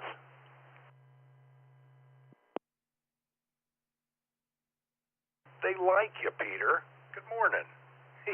KD6QZH, you're at the top of the dog pile. Good morning. Thank you. I'm drinking a quick cup of coffee, like my coffee break. Not too much as this morning. Hope everyone is doing well. The repeater sounds like it survived the storm, and I hope everyone is doing okay. Thinking about the people that they're trying to locate in Nevada County. I just wanted to pop in and say good morning. I don't want to hold it up. Got to get back to work. Take care, 7-3, Brian, and good morning to everybody on the net. All right, Peter. Yeah, thanks for mentioning that about that avalanche yesterday. I believe there were as I understand, I think there were somewhere around 16 people out. 4 guides and 12 folks were out doing a cross-country out-country skiing adventure, and avalanche hit, and I believe they, last evening, I heard that they had brought 6 people out. 2 were hospitalized. Does anybody have any updates have they located any more of those that were involved yesterday? N6 MED, maybe.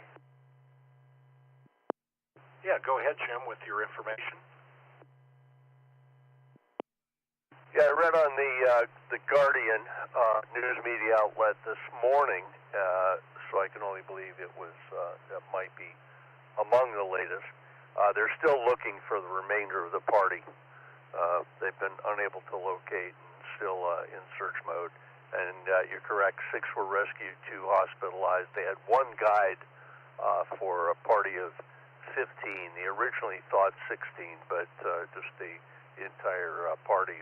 Apparently it was a backcountry expedition, supposed to last a few days, which suggests that they weren't downhill. They were, cross-country skiing. But that's in the Guardian this morning, N6 MED. Well, thank you for that update. Yeah, so interesting. The report I had heard yesterday was that they had 4 guides. So if they only had 1 guide for that many people, that maybe they were experienced. Maybe they just needed somebody that could break trail or something. But it does seem kind of not gonna quarterback them from home here. But how unfortunate a situation. 10 sounds like. 9 maybe still missing. But thanks, Jim, for the update. N6MED, AI6US. Appreciate it, Jim.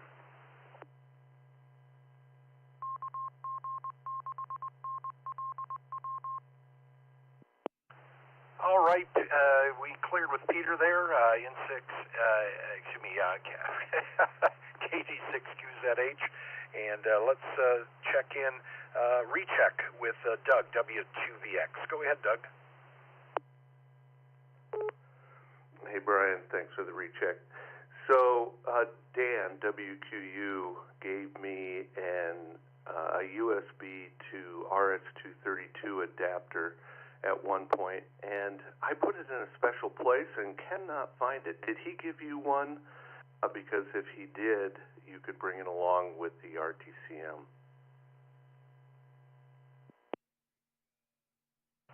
No, but I have many adapters because RS-232 to USB adapters, I always included those, and I have some FTDIs as well as some Prolifics.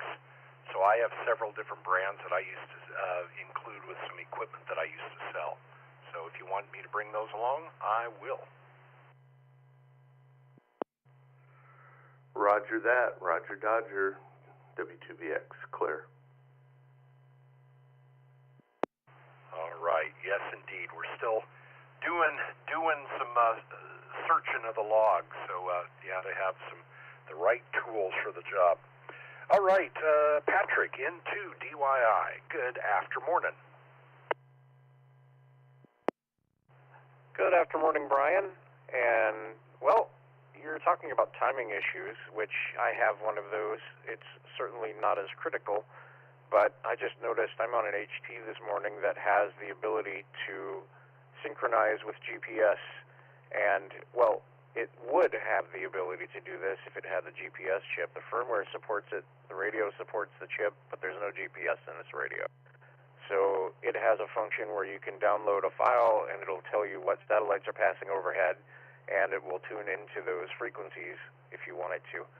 And that, of course, requires two things. It requires a GPS to synchronize your time and also to give your location. You can actually set the location manually, but I can't figure out how to set the time. And when I checked this morning, it was July 18th, 2061.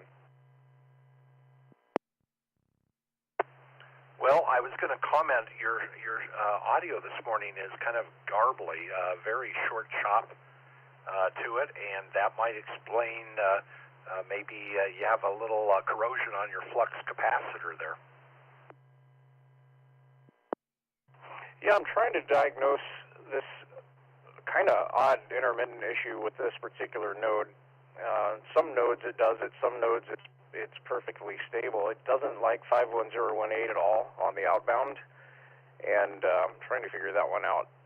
But yeah, I'm going to go to Radio Shack and get a new flux capacitor, I guess. Or maybe put some dielectric on the connection next time before you wrap her up. So with this radio that you're talking about with the built-in GPS in the software but not in the hardware, happen to be a rad tel? No, it's a TYT. You actually can put a chip on this thing. There's a cheap chip you can get on eBay for $7 that'll add GPS to it, but it doesn't come with it. Okay. Yeah, I know that the rad tel's kind of a common software. I think that it goes across multiple platforms, and they'll activate the GPS. I did not know that the TYT-HT had a chip. Is this that daughter board chip that people would solder on for frequency expansion? Well, I think it's mostly just for the GPS module. There's a couple of radios that support it. One of the radios is this one, the MDUV380. The MDUV390 is essentially the same radio, but it's IP60 something. Okay, not familiar with those radios. Oh, we're doubling.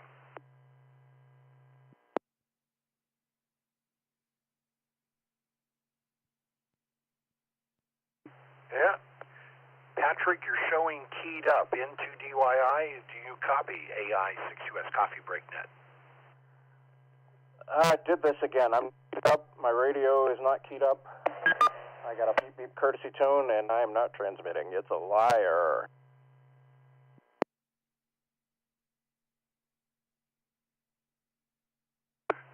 Okay, well, our system obviously thinks you are still connected and transmitting. Very odd. Well, something definitely was going on with that node anyway. Very choppy, something in the codec, kind of crazy. Well, good morning to you. What are your plans for later today? Yeah, and this is the only node that node does that on. I'm not sure why. Anyway, not a whole lot planned for today. I've got a dentist appointment tomorrow, so I'm definitely looking forward to that, like I'm looking forward to anything related to that. Maybe when you're done, they'll give you a lollipop or something else to break another tooth. You know, they didn't last time. I was kind of expecting they would do that to promote, return visits. I always got a kick out of that. My dentist, when I was growing up, always had the lollipops at the front desk, and the lady behind the nurse, now don't bite on it. Yeah, I'm a kid. Yeah, that's kind of how that works. Oh, my node just made a noise for a second. Yeah, it's definitely... Oh, the whole internet went out. Okay, that would explain it.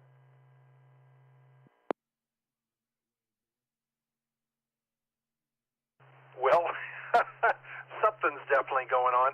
Well, we had internet burps on our end yesterday. Maybe the migration just went east. Yeah, it just went from west to east. I'm on my mobile data right now. Yeah, the whole internet here just said, bye-bye, you're done. Actually, we got a thing yesterday from T-Mobile Fiber, and they said, yeah, we're gonna give you notice that we're doing a maintenance period between 11 p.m. last night and 11 a.m. this morning. Well, it's after that, and yeah, now they're doing it. Okay, whatever. Well, for data point, you're still showing up on Supermon here, so that node still is showing connected. So I don't know if that will help you kind of narrow down where this hang-up is occurring, because obviously it's not in your house. They're here. Oh yeah, according to the node, it is good and proper disconnected. So I don't know. I don't even know where that would be coming from. Well, do you want me to go ahead and drop it for you? I'd be more than happy to do that. Not running any interference on us on this end, not holding anything open, but it's obviously doing something funky on the Supermon. Well, all I can tell you is when I unkey, I get the I'm not connected noise, so it thinks it's not connected anyway. All right, so I am hitting disconnect right now. So there we go. Into DYI. I can't disconnect you. I don't know. Never mind. Well, Patrick, good after morning to you, and you have a wonderful day ahead. And yes, they're the cable company. They're not going to be there on time. Yeah, T-Mobile acquired this ISP last year, and they basically haven't touched any of the network stuff.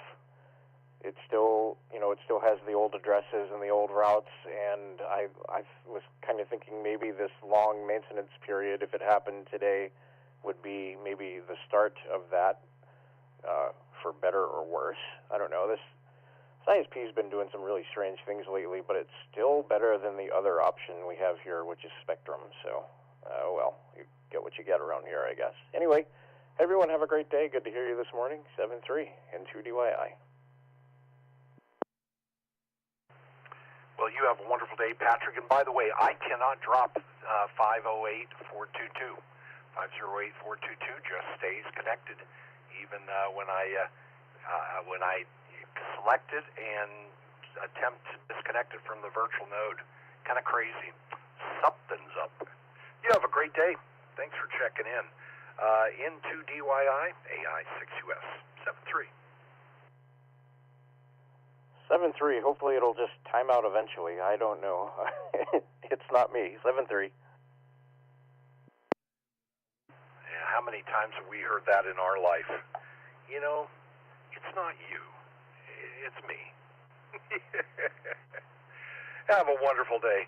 All right, let's check with Glenn, KO6LGP. Was it worth hanging around for, Glenn? Good morning. Good morning, Brian and the net. Yeah, it's always worthwhile.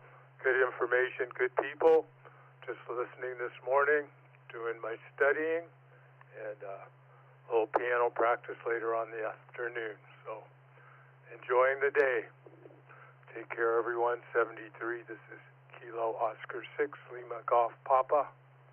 Glenn, dose. Well, Glenn, you know, because you keep your queue so short there, please let me know that you want to just be a quick in and out, and we can easily fit these shorter conversations in at the beginning, so you don't have to wait around for me to get back to you. So please feel free to use the system for your advantage, Glenn. You have a wonderful day, and enjoy the little respite between the storms, and sounds like you're making good use of that time. KO6LGP, AI6US, happy hump day, 7-3.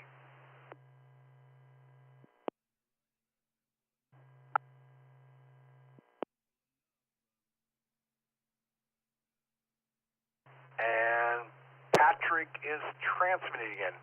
You had disappeared for a moment, but now you are back. Not sure what's up. 508422. Node is back and showing in transmit mode. Does that help you, Patrick?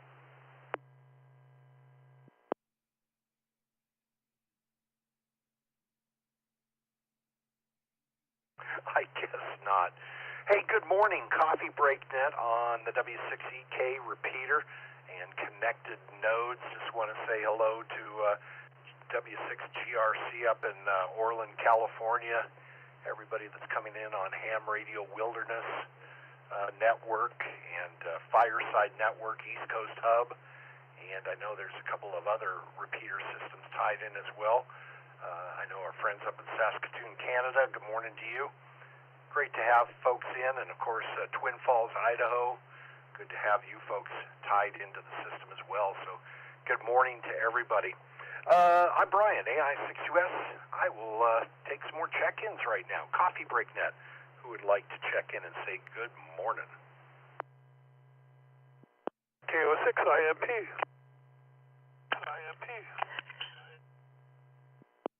SM6 XGP for in and out.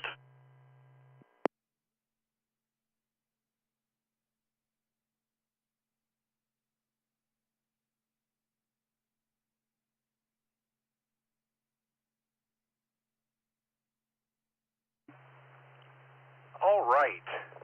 Good morning there, Tony. Good afternoon, evening, I should say, SM6XGP. And good morning to Matt, KO6IMP. Did I miss anyone?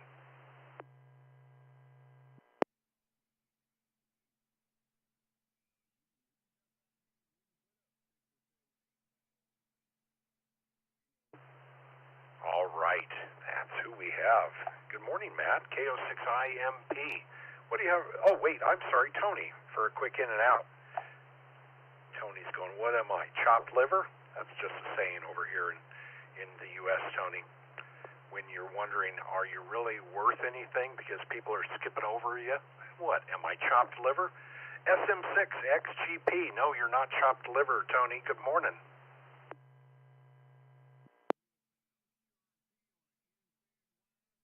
Yeah, good morning, Brian. I'm the net. SM6XGP here. Turn my mic down so you don't get all the echo. Yeah, over here in Sweden we have freezing cold. I think it was down to 13 or 14 degrees, minus 14 degrees Celsius over here this night. So it's cold outside here. But we are going to get warmer weather to the weekend with some rain and stuff. So I think the snow will be gone after the weekend here. Yeah, there was a strange issue there with AllStar. My mic and my other radioless node, they showed still connected to you, but no audio on either of them. So I have to restart the connection both on the mic and the other node in the shack here to get you back. I don't know what's happened there. And after that, you talked with Patrick of his node was connected, but it wasn't connected all it is. So maybe some issue going on there. Yeah. nothing else special going on over here other than the cold weather and some all-star issues there, Brian. Back to you. Well, let me just do a quick all-star reset here. Just one moment.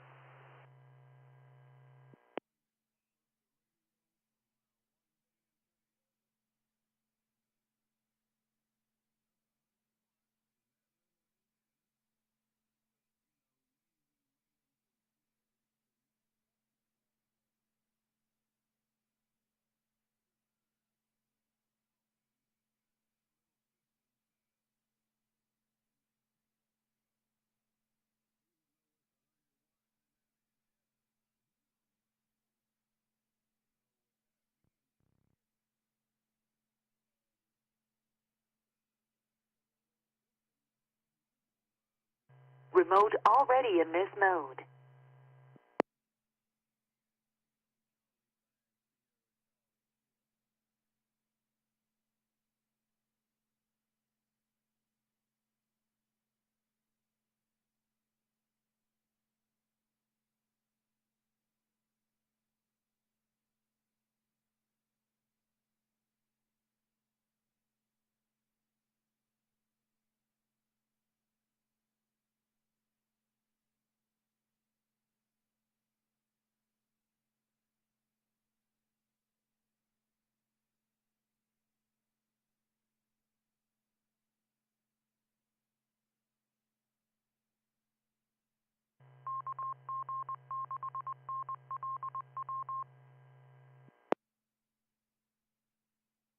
Remote already in this mode.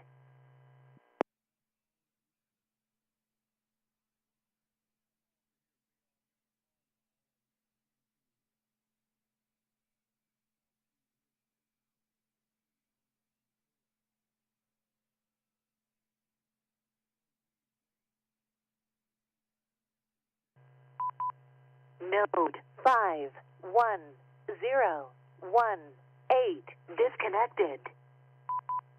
Node 51018 connection failed.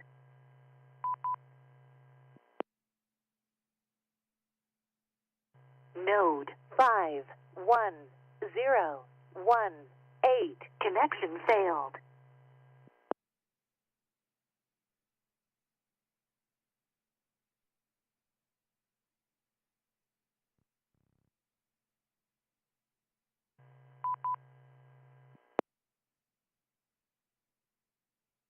Node 51018 connection failed.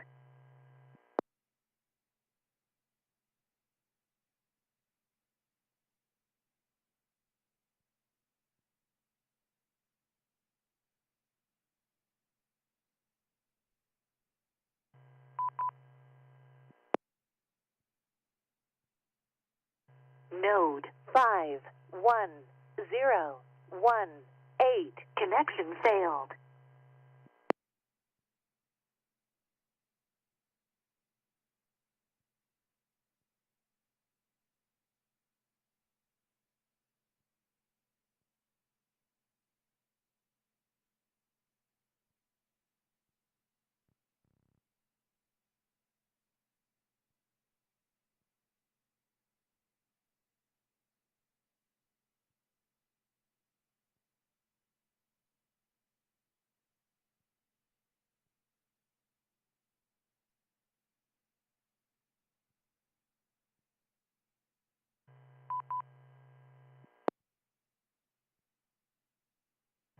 Node 51018 connection failed.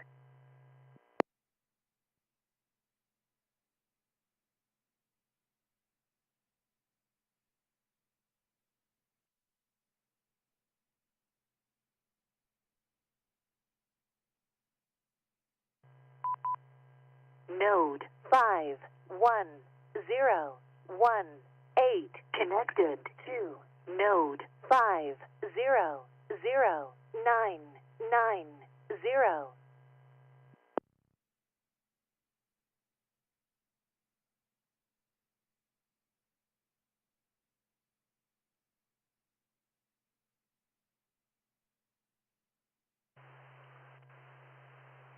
Stand by, please. AI6US, we're coming back online.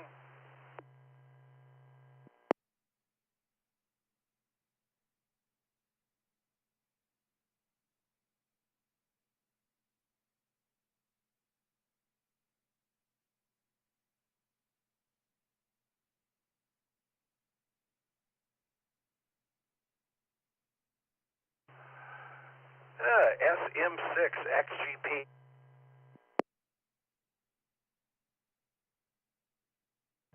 Node 51018 disconnected.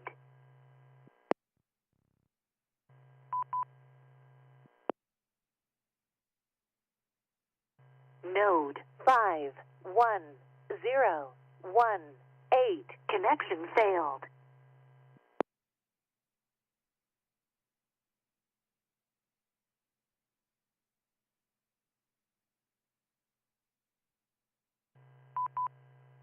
Node 51018 connected to Node 5009990.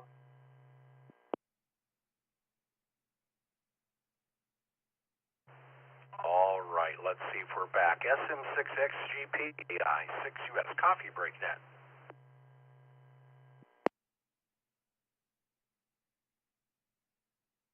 Yep, I think I'm here. Yep, I hear myself back on the mic.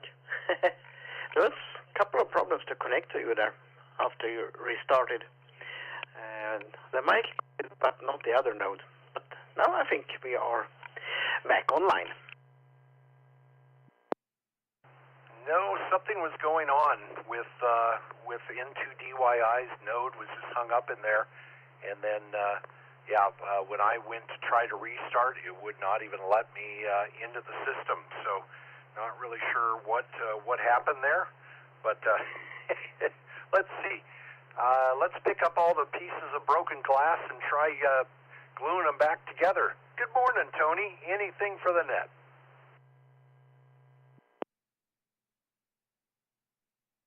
Yeah, not very much going on over here.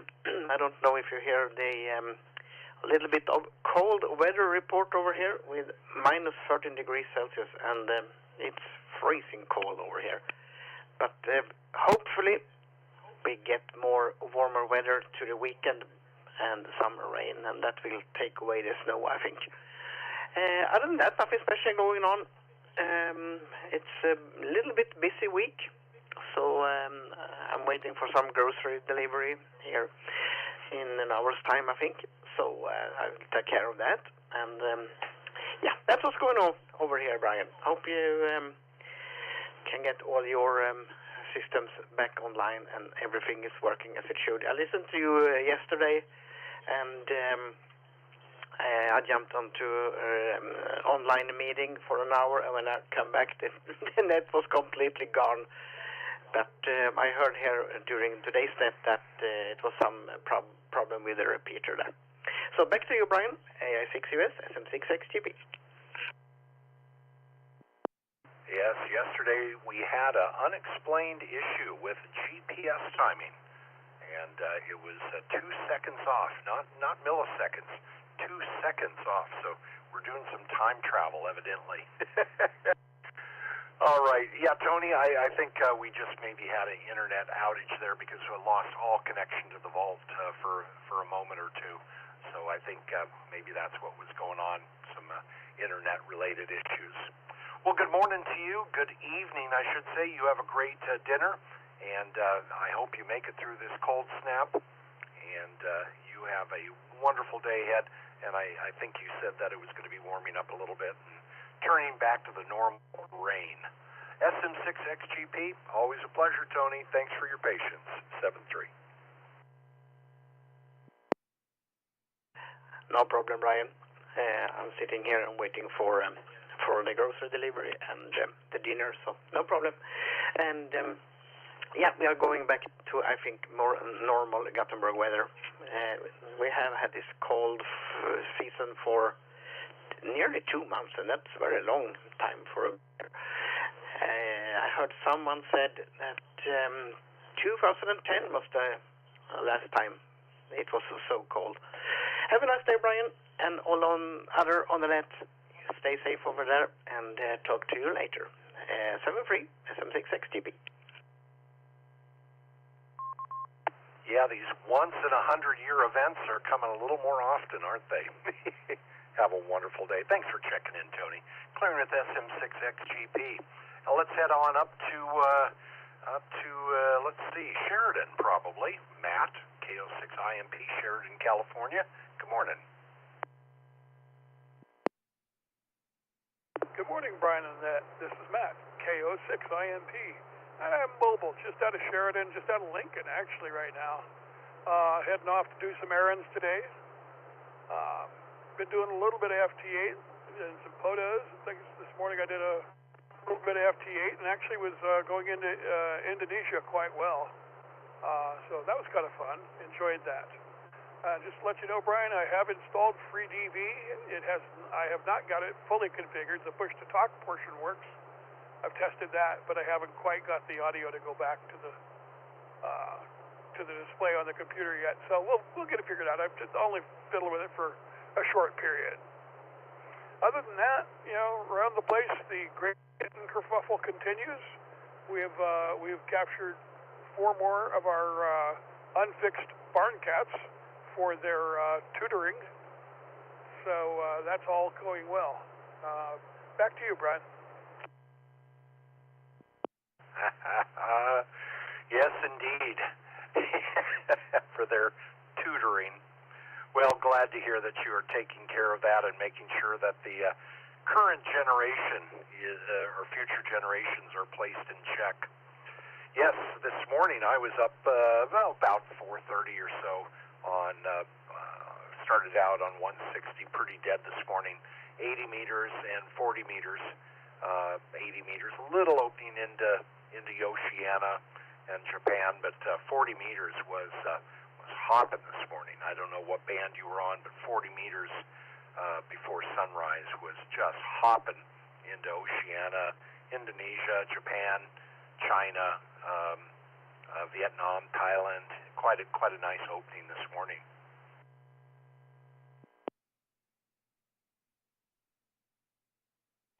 Yeah, that was quite amazing. Very nice indeed. I was busy on the early morning roundtable on the BARC network, but sharing time back and forth between HF and VHF, and it's worked out nicely. I'm really enjoying my FT8 experience here, and I love doing POTOs with it too. So yeah, I'm working on a lot of different little projects that are here and there and trying to learn more as I can. Want to get FreeDV going, and I definitely want to sit down and play around with Fusion a little bit. I've got a couple repeaters that are Fusion capable set up. Just haven't gotten around to talking to anybody yet. I'll do it. Anyway, I'll let the net go. You guys have a great day. Thank you for letting me get in here and yak a bit. And to everybody, thank you so much for all the fun we always have at the meetings.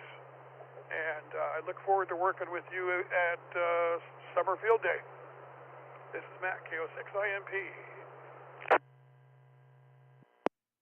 Yeah, Matt and I are going to be the antenna setup team, and it's going to be fun to work together with the whole setup. We usually have somewhere between 40 plus people showing up to help set up for field day, so it is a lot of fun organizing the antenna setups.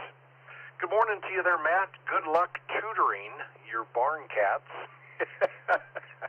And you have a wonderful day. And looking forward to maybe rolling out and seeing how you do at the upcoming fox hunt, the last Saturday of the month.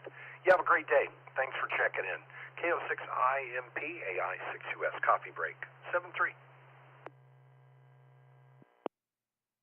KO6IMP. Thanks, guys. Talk to you later. Bye-bye. Well, sorry about the little hiccup that we had on the All-Star connections. Hopefully, we certainly lost probably about 50 plus connections on that, unfortunately. But let's see who's out there this morning. We are coming up on 10 o'clock hour Pacific time, so about 10 minutes remaining in the net. So let's see who else is out there this morning for some quick in and outs for the Coffee Break Net.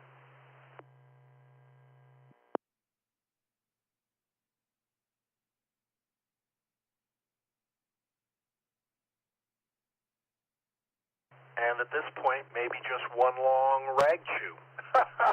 It's up to you. Good morning, Coffee Break Net. Anyone want to check in at this time? Kilo Charlie 6 here. I am heavily distracted here. So if you would just simply put me in as a login this morning. I don't have anything really productive I don't even have a bunch of palaver for you this morning. So you just put me on your list and have a terrific day, you and the rest of the net. N6 MED.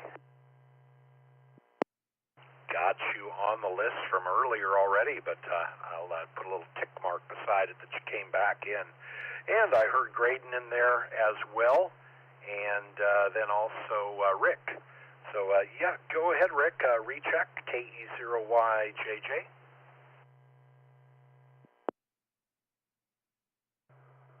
This is KE0YJJ. You were asking about my radio list node, and I have it set up inside of VMware using Linux, and I'm using IAX RPT as my sound control, and that's what happened earlier is the app I thought went behind something, and it wouldn't let me reopen it. Come to find out it's hiding out down there in the taskbar.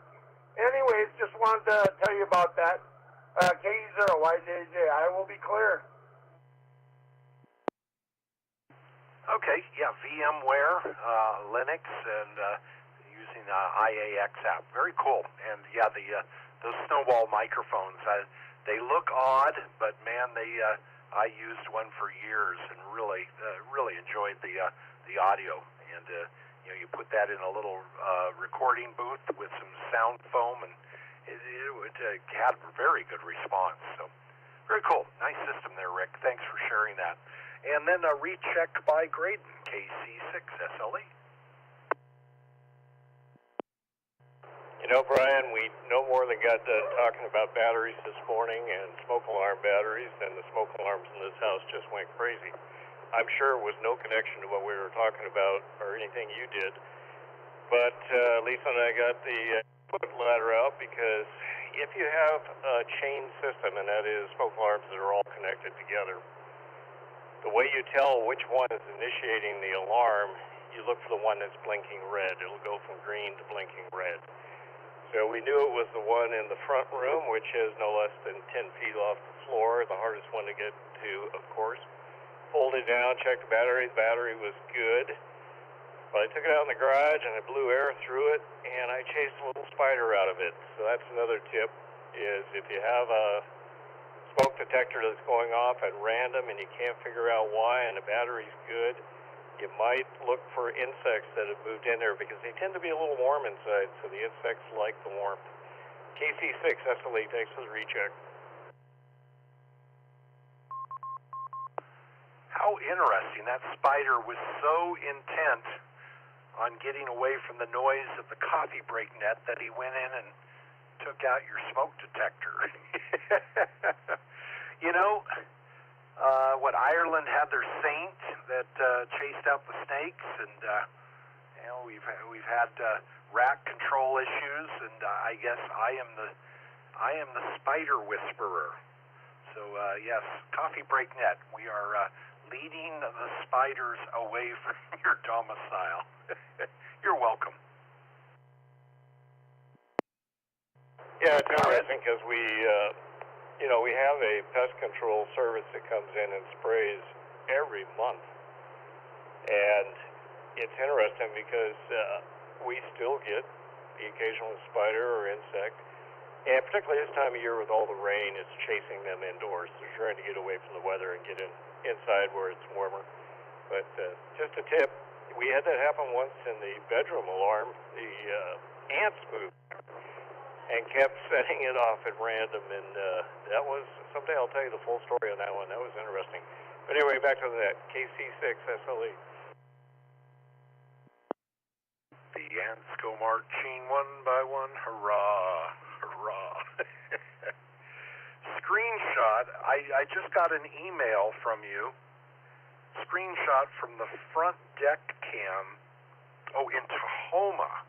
Okay, so how much snow? You're up to almost the deck rail over in Tahoma, which is Lake Tahoe, your cabin over there.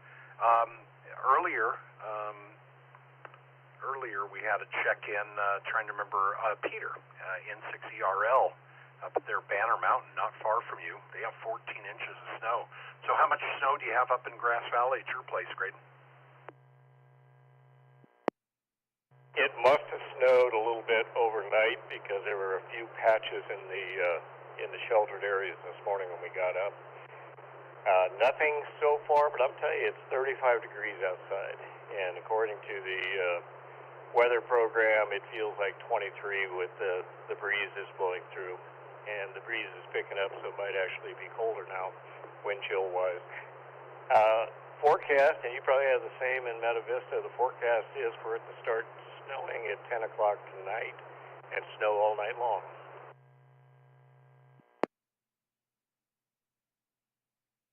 I saw that. Yeah, I did see that. Did you hear that the gentleman who invented the WCT wind chill temperature index passed away? I think he was like 94 years old, but he felt like 85. You set me up and you got me on that one. Okay, thanks, Brian. Anyway, you better get back to the net. I just wanted to chime in here and give you another, I can't tell you the amount of hours I've spent on smoke detectors in my life, keeping them up and operating, but they're a good thing to maintain, they're a good thing to have. KC6 SLE. Yeah, it's all the other detectors, the carbon monoxide detector and all the others that, and a good reminder, they need to be replaced. Those sensors are only good for so long, and I never really thought of looking for spiders who might be holding up in there. Good point there. Have a wonderful day there, Graydon, and yes, I think we'll be telling a different story about snow tomorrow morning. Lynn decided to preemptively take tomorrow off, so she was asking me how to lock in the hubs if she wanted to take the truck to work. So I went through the process with her on how to lock the hubs and how to put it in four-wheel drive and high and low, and she said, I'm going to take the day off. So she's going to take mañana, tomorrow, off from work. Good morning. Have a wonderful day. Thanks for coming back in and following up on the smoke detector story. Good morning, Coffee Break Net on the W6EK Repeater. I'm Brian, AI6US. Let's go ahead and start wrapping up the morning with For the Logs. Anybody want to get in the log this morning for the Coffee Break Net? Taking check-ins. Whiskey 6, Delta Echo, Foxtrot, WW6DEF. Good morning, Brian, the net. In and out. Or for the log.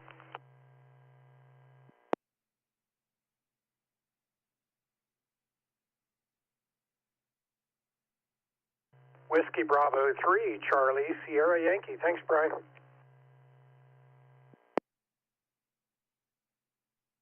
Whiskey Bravo 1 Golf, been listening and lurking. Drive-by, wave, and for the log. WB1G. KI6TC. N6 WYZ for the log. Thanks, Brian.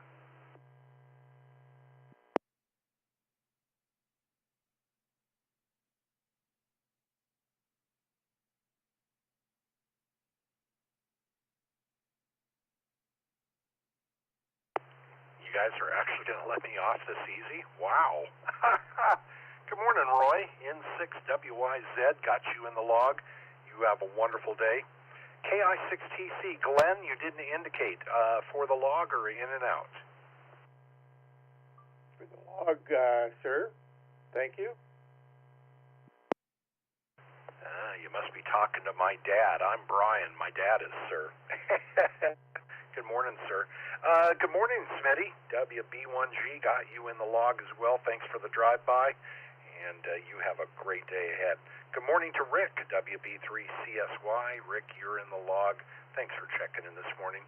And good morning to Darren, WW6DEF. Darren, I hope you're enjoying your retirement and all the free time that you have now. You're in the log. Good morning. I'm going to do last call. This will be last call for the log. Going to try keeping it short today because I have places to go and things to do.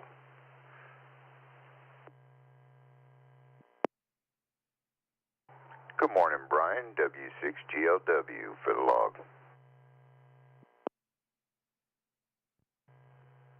Good morning, Brian. Here is Bill. Kilo India 6 Whiskey Papa Kilo. KI6WPK for the log.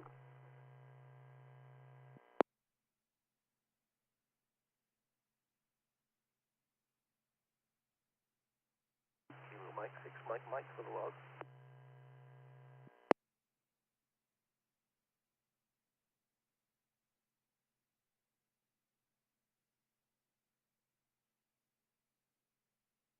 Boy, we're going to have to get you a microphone extension there, Mike.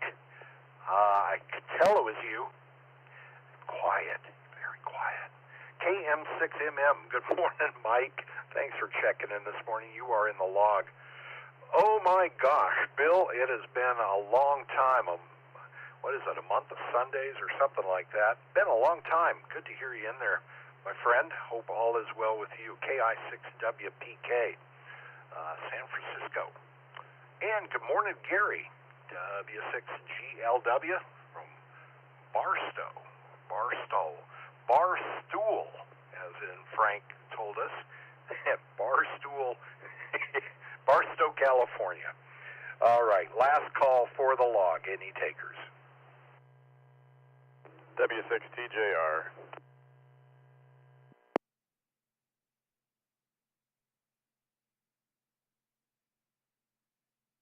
Well, Ty, I think you're going to wrap up the net this morning. Thank you for the check-in. Good to hear you on this morning, and thanks for dropping by. Do it again soon, my friend. W6TJR, probably in the greater Auburn area. Great to hear you in. All right, with that, I'm going to go ahead and close up the net. It's Wednesday, and the date has been February 18th, all day today. You guys have a wonderful day ahead, and tomorrow morning, Theta, WA6EWF, and Gerry, WA6E, will be your net control host and conversation facilitators. So, hey, we'll catch you again tomorrow morning. Thanks for being part of the conversation this morning. Thank you for putting up with our, we had a little technical burp or hiccup there. Thanks for hanging in there. We'll catch everybody later on, and you have a great week ahead. If you're in the path of this incoming weather, stay safe. Round 3 is on its way, and it sounds like we have a lot more stacking up for the rest of the month. So with that, Coffee Break Net, where the sun is always shining, the birds are singing, and the fish are jumping. This net sponsored, of course, by the Sierra Foothills Amateur Radio Club. We're here every day of the week, 7:30 a.m. to 10 a.m. Pacific Time. So thanks for joining us. I'm Brian, AI6US, returning the W6EK Repeater back to normal usage, whatever that may be. Have a great day, everybody. 7-3. KB7DFP Cannon Twin Falls handheld.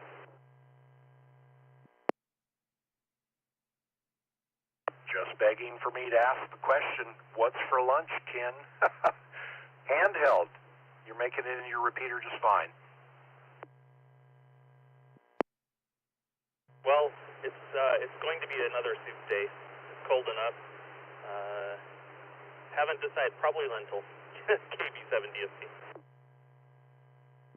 All right. Have a great day, Ken. Thanks for checking in. AI6US. I'll be QRT.